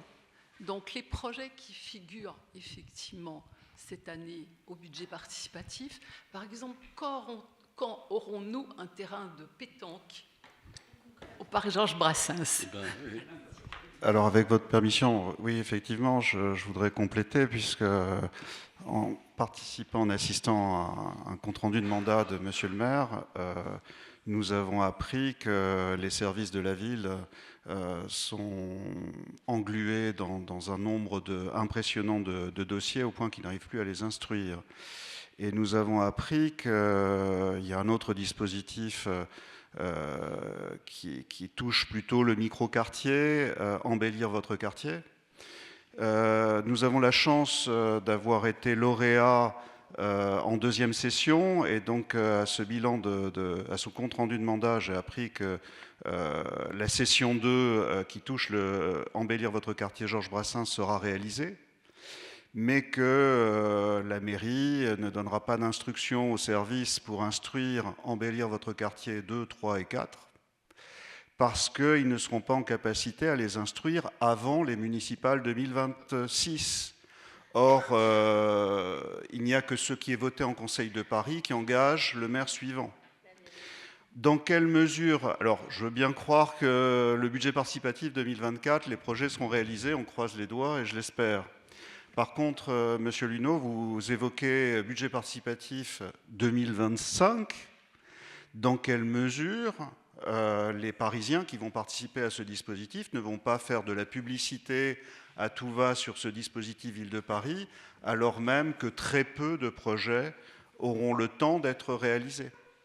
Donc, à un moment donné, ce qui serait intéressant, c'est de voir par rapport à toutes ces sessions depuis le début de la mandature, quels sont ceux qui ont été réalisés, quels sont ceux qui ne le seront pas parce qu'on a rencontré un problème technique, et ensuite, quel est le delta, c'est-à-dire ces investissements qui vont être fléchés investissements et qui serviront à autre chose. Donc voilà, je pense que la ville de Paris devrait avoir l'honnêteté de renseigner mieux les habitants pour savoir quand ils sont consultés, est-ce que ça a du sens. Pour ces sessions jusqu'en 2024, encore une fois, je pense qu'avec 2 ans avant presque 2 ans avant les municipales 2026, il y a peut-être encore du temps et peut-être que les services auront le temps d'instruire. Pour les sessions suivantes, point d'interrogation, c'est-à-dire est-ce que les gens ont vraiment besoin de s'inscrire dans ce dispositif? Voilà.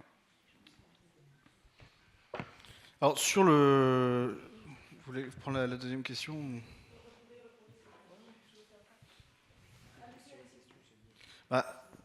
Oui.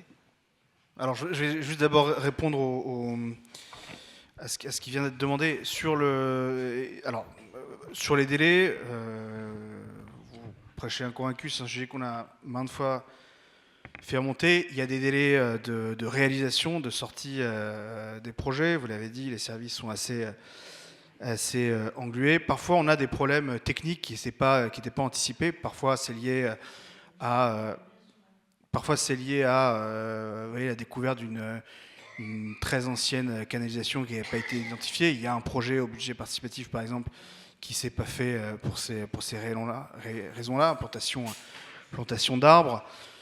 Quoi qu'il en soit, on l'a dit, un projet budget participatif, quand il est voté, il est immédiatement mis au vote, donc au conseil d'arrondissement, au conseil de Paris. Donc les crédits sont votés dans les 2 mois qui suivent et engagent donc la ville, qui est changement de majorité ou pas. C'est pour ça qu'on le fait d'ailleurs dans la foulée. On n'est pas exactement sur le même type de dispositif que pour embellir votre quartier, puisque embellir votre quartier, j'irais, fait partie de l'enveloppe classique, on va dire, d'investissement de la ville. Et c'est en cela qu'il y a quand même une différence entre les deux dispositifs. Ce ne sont aussi pas du tout les mêmes montants dans l'ensemble qui sont concernés. C'est vrai qu'embellir votre quartier a créé aussi un certain embouteillage qui est lié aussi aux Jeux Olympiques, qui a pu retarder un certain nombre de réalisations. Mais en tout cas, pour vous rassurer, tous les projets qui sont votés au budget participatif chaque année sont immédiatement bloqués, sanctuarisés par le vote qui suit 2 mois après. Après, il y a effectivement des délais, ça je suis d'accord. On essaye régulièrement avec le maire de faire des points de réalisation avec les services techniques pour comprendre qu'est-ce qui bloque. Parfois, c'est un problème de coordination aussi entre certains acteurs. Donc, on essaye là aussi de débloquer un petit peu les situations. C'est parfois une question de mauvais dialogue entre interlocuteurs. Donc ça, on s'en occupe. Mais voilà, sur les éditions 2025, il n'y a pas de crainte à ce sujet-là. Merci. L'association Le Village, avec Johanna. Oui, une petite question. Alors, par rapport à la serre aquaponique, justement, à l'école Brancion, nous, on a commencé comme groupe de parents d'élèves à l'école Brancion. Et effectivement, j'étais au dernier conseil de classe et il y avait une vraie interrogation sur qui était le porteur du projet, parce que déjà, ils avaient la serre aquaponique chez eux et que, comme le budget participatif attribue une aide ponctuelle, il n'y avait aucun suivi permis ou financé ou préfinancé. Et donc, tout reposait sur l'épaule des maîtresses et des maîtres qui ne pouvaient pas assurer la suite du projet. Donc, j'ai peur que ça soit inutile de juste planter dans une école une serre aquaponique sans assurer un suivi de la part de jardiniers ou d'un personnel d'éducation qui puisse être payé pour en assurer le suivi. Donc, c'est une belle initiative, mais dans la pratique, c'est mort. Alors, j'ai reçu un mail, effectivement, la semaine dernière de la directrice d'établissement.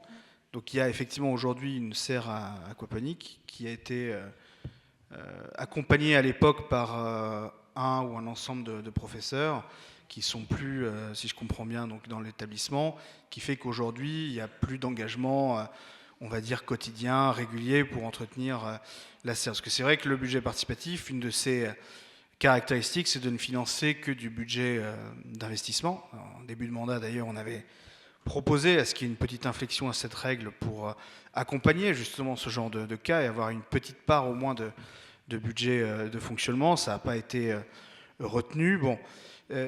Donc, sur ce cas particulier, après l'alerte du chef d'établissement, ce qui s'avère, c'est que c'est des parents d'élèves qui ont déposé le projet, qui ont été accompagnés donc par l'association qui s'occupe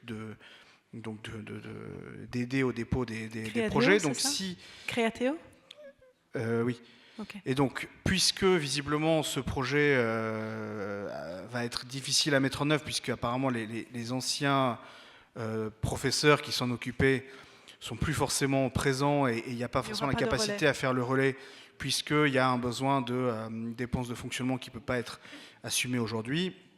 A priori, ce que je disais tout à l'heure, on va s'orienter vers l'identification d'un autre site capable d'accueillir une serre aquaponique qui serait volontaire. Ça, c'est un travail qu'on va justement faire à partir de janvier 2025 avec les services de la ville pour essayer de faire en sorte que ce projet reste dans le quartier et se réalise, mais ailleurs. Donc on va essayer de trouver une solution de cette manière-là. Parce qu'il n'y a pas de... Pardon, je monopolise 2 secondes. Il n'y a pas de besoin, en tout cas, de l'engagement de l'établissement scolaire pour pouvoir déposer une demande du budget participatif. Ça me semble contre-intuitif de vouloir offrir quelque chose à l'école et que l'école n'a pas son mot à dire là-dessus et qui ne peut pas assurer quoi que ce soit de lié à Alors, ça. tous les projets sont étudiés, par exemple, en l'occurrence, par la DASCO, donc, qui s'occupe des affaires scolaires, qui est censé vérifier donc, la faisabilité du projet. Alors peut-être que sur ce cas précis, il y a eu, je dirais, une présomption de disponibilité puisqu'il y avait déjà une serre aquaponique. Donc peut-être qu'ils ont assumé qu'il était possible d'augmenter le dispositif. Bon, là-dessus, visiblement, il y a eu un loupé, mais en tout cas, rassurez-vous, on va garder évidemment ces crédits-là, hein, puisqu'ils ont été choisis par les habitants. On va juste trouver un autre site plus adapté. Et on va voir ça avec les services de la ville. Et ensuite, je n'ai pas retrouvé dans ce que vous avez partagé une aide qui a été attribuée à l'association Le Village pour un abri de jeu à l'intérieur du parc. Et je me demandais de manière extrêmement pratique comment on pouvait accompagner la suite. Comme c'est nouveau pour nous, je me demande s'il y a des choses que nous, on peut faire, si on doit accompagner, si on n'accompagne pas, tout ça. Donc, alors, je ne sais plus exactement quel était le... Parce que je pense que c'était un projet regroupé. Donc, oui, c'est dans... Ouais, donc c'était dans mais ce... c'est pas au parc Georges Brassens, c'est au Square Calmette. Ok, bah, on n'a pas précisé sur la slide, mais c'est en tout cas dans le projet. Ce qui va se passer, c'est que du coup, à partir de janvier, dès que les crédits sont votés, les services vont prendre attache avec les différents porteurs pour identifier, clarifier les besoins exacts et la suite. Donc c'est les services qui vont revenir vers vous. Je pense que ce sera la DEV en l'occurrence. Et on va voir avec vous comment concrétiser le projet avec les services techniques. Donc attendez qu'ils reviennent vers vous, c'est eux qui sont censés le faire. Bien évidemment, si vous voyez que premier trimestre, vous n'avez pas de nouvelles, vous nous écrivez et puis on verra avec eux pourquoi. Ok, voilà. Merci. J'avais une petite question d'un point de vue général. Je voudrais savoir comment ont été gérés les projets. Une fois que le projet est voté, il a été décidé de le mettre en œuvre, est-ce qu'il y a à la mairie du 15e une personne responsable du projet identifié qui coordonne les ressources, qui informe, qui alerte éventuellement quand il y a des problèmes rencontrés? Est-ce que la personne est bien identifiée? Est-ce que le chef de projet est identifié? Donc chaque projet est porté par une association normalement qui s'engage à la bonne tenue du projet une fois qu'il est réalisé, à son entretien. Pourquoi? Parce que comme je le disais tout à l'heure, comme on ne peut pas avoir de dépenses de fonctionnement qui sont prises en charge par le budget participatif, quand on fait l'étude de faisabilité, on vérifie avec le porteur de projet qu'il soit en capacité à assumer la charge que ça implique. Évidemment, parfois, il y a des associations qui disparaissent et ça a un impact sur le projet. Mais l'association, ce n'est pas la mairie de Paris. Non, alors, il y a une partie, ça c'est pour une partie des projets. Il y a aussi des projets qui sont sous la supervision directe de la mairie de Paris parce que leur entretien est pris en charge par les services techniques. Je prends par exemple, vous voyez, le boulevard Pasteur qui a été refait. Évidemment, là, c'est un projet qui tombe sous la houlette de la voirie, par exemple, qui s'occupe de son entretien. Est-ce qu'il y a une personne identifiée comme responsable du projet? Plus qu'un service, mais vraiment une personne physique. Si c'est un projet qui est porté par une association, en entreprise oui. privée, c'est comme ça que ça fonctionne. Si c'est un projet on a un projet, on a un responsable de projet qui a une équipe derrière lui et qui coordonne. Alors, si c'est porté par une association, comme je le disais, il y a une association responsable. Si en revanche, ça doit remonter au service, il n'y a pas une personne par projet dans les services. Je pense que c'est un mode de fonctionnement qui est... Enfin, je veux dire, dans des entreprises privées, on ne fonctionne pas comme ça. Alors, en revanche pour compléter... Je suis désolé, mais vous avez un service... Vous avez un... Le temps file, après on a un autre sujet, mais allez-y. Vous avez une mission budget participatif dans la mairie centrale, à la DDCT, qui s'occupe de suivre l'ensemble des projets. Mais c'est un service pour... Vous voyez, il y avait 120 projets par an.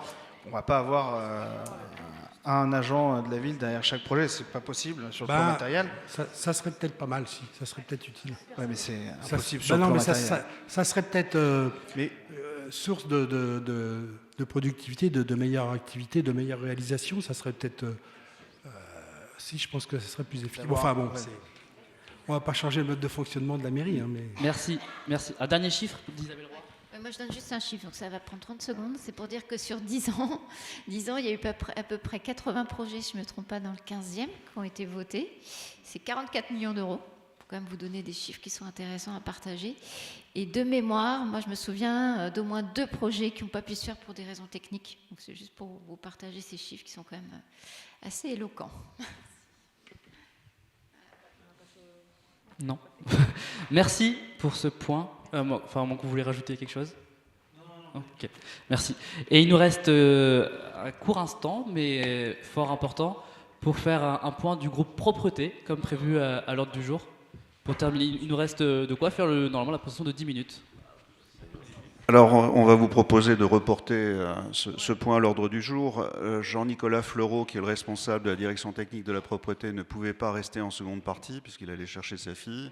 Or, son intervention est incontournable lors de cette présentation, et notre présentation dure une bonne dizaine de minutes. Donc, on ne va pas bâcler. On vous dira exactement où on en est et ce qu'on fait. On proposera la prochaine réunion préparatoire, et ça coule de source, que ce sujet soit représenté à la réunion publique suivante, puisque là, il est -5 et on ne va pas faire quelque chose en 5 minutes. Voilà, ce ne serait pas correct de nous le proposer ou de nous l'imposer.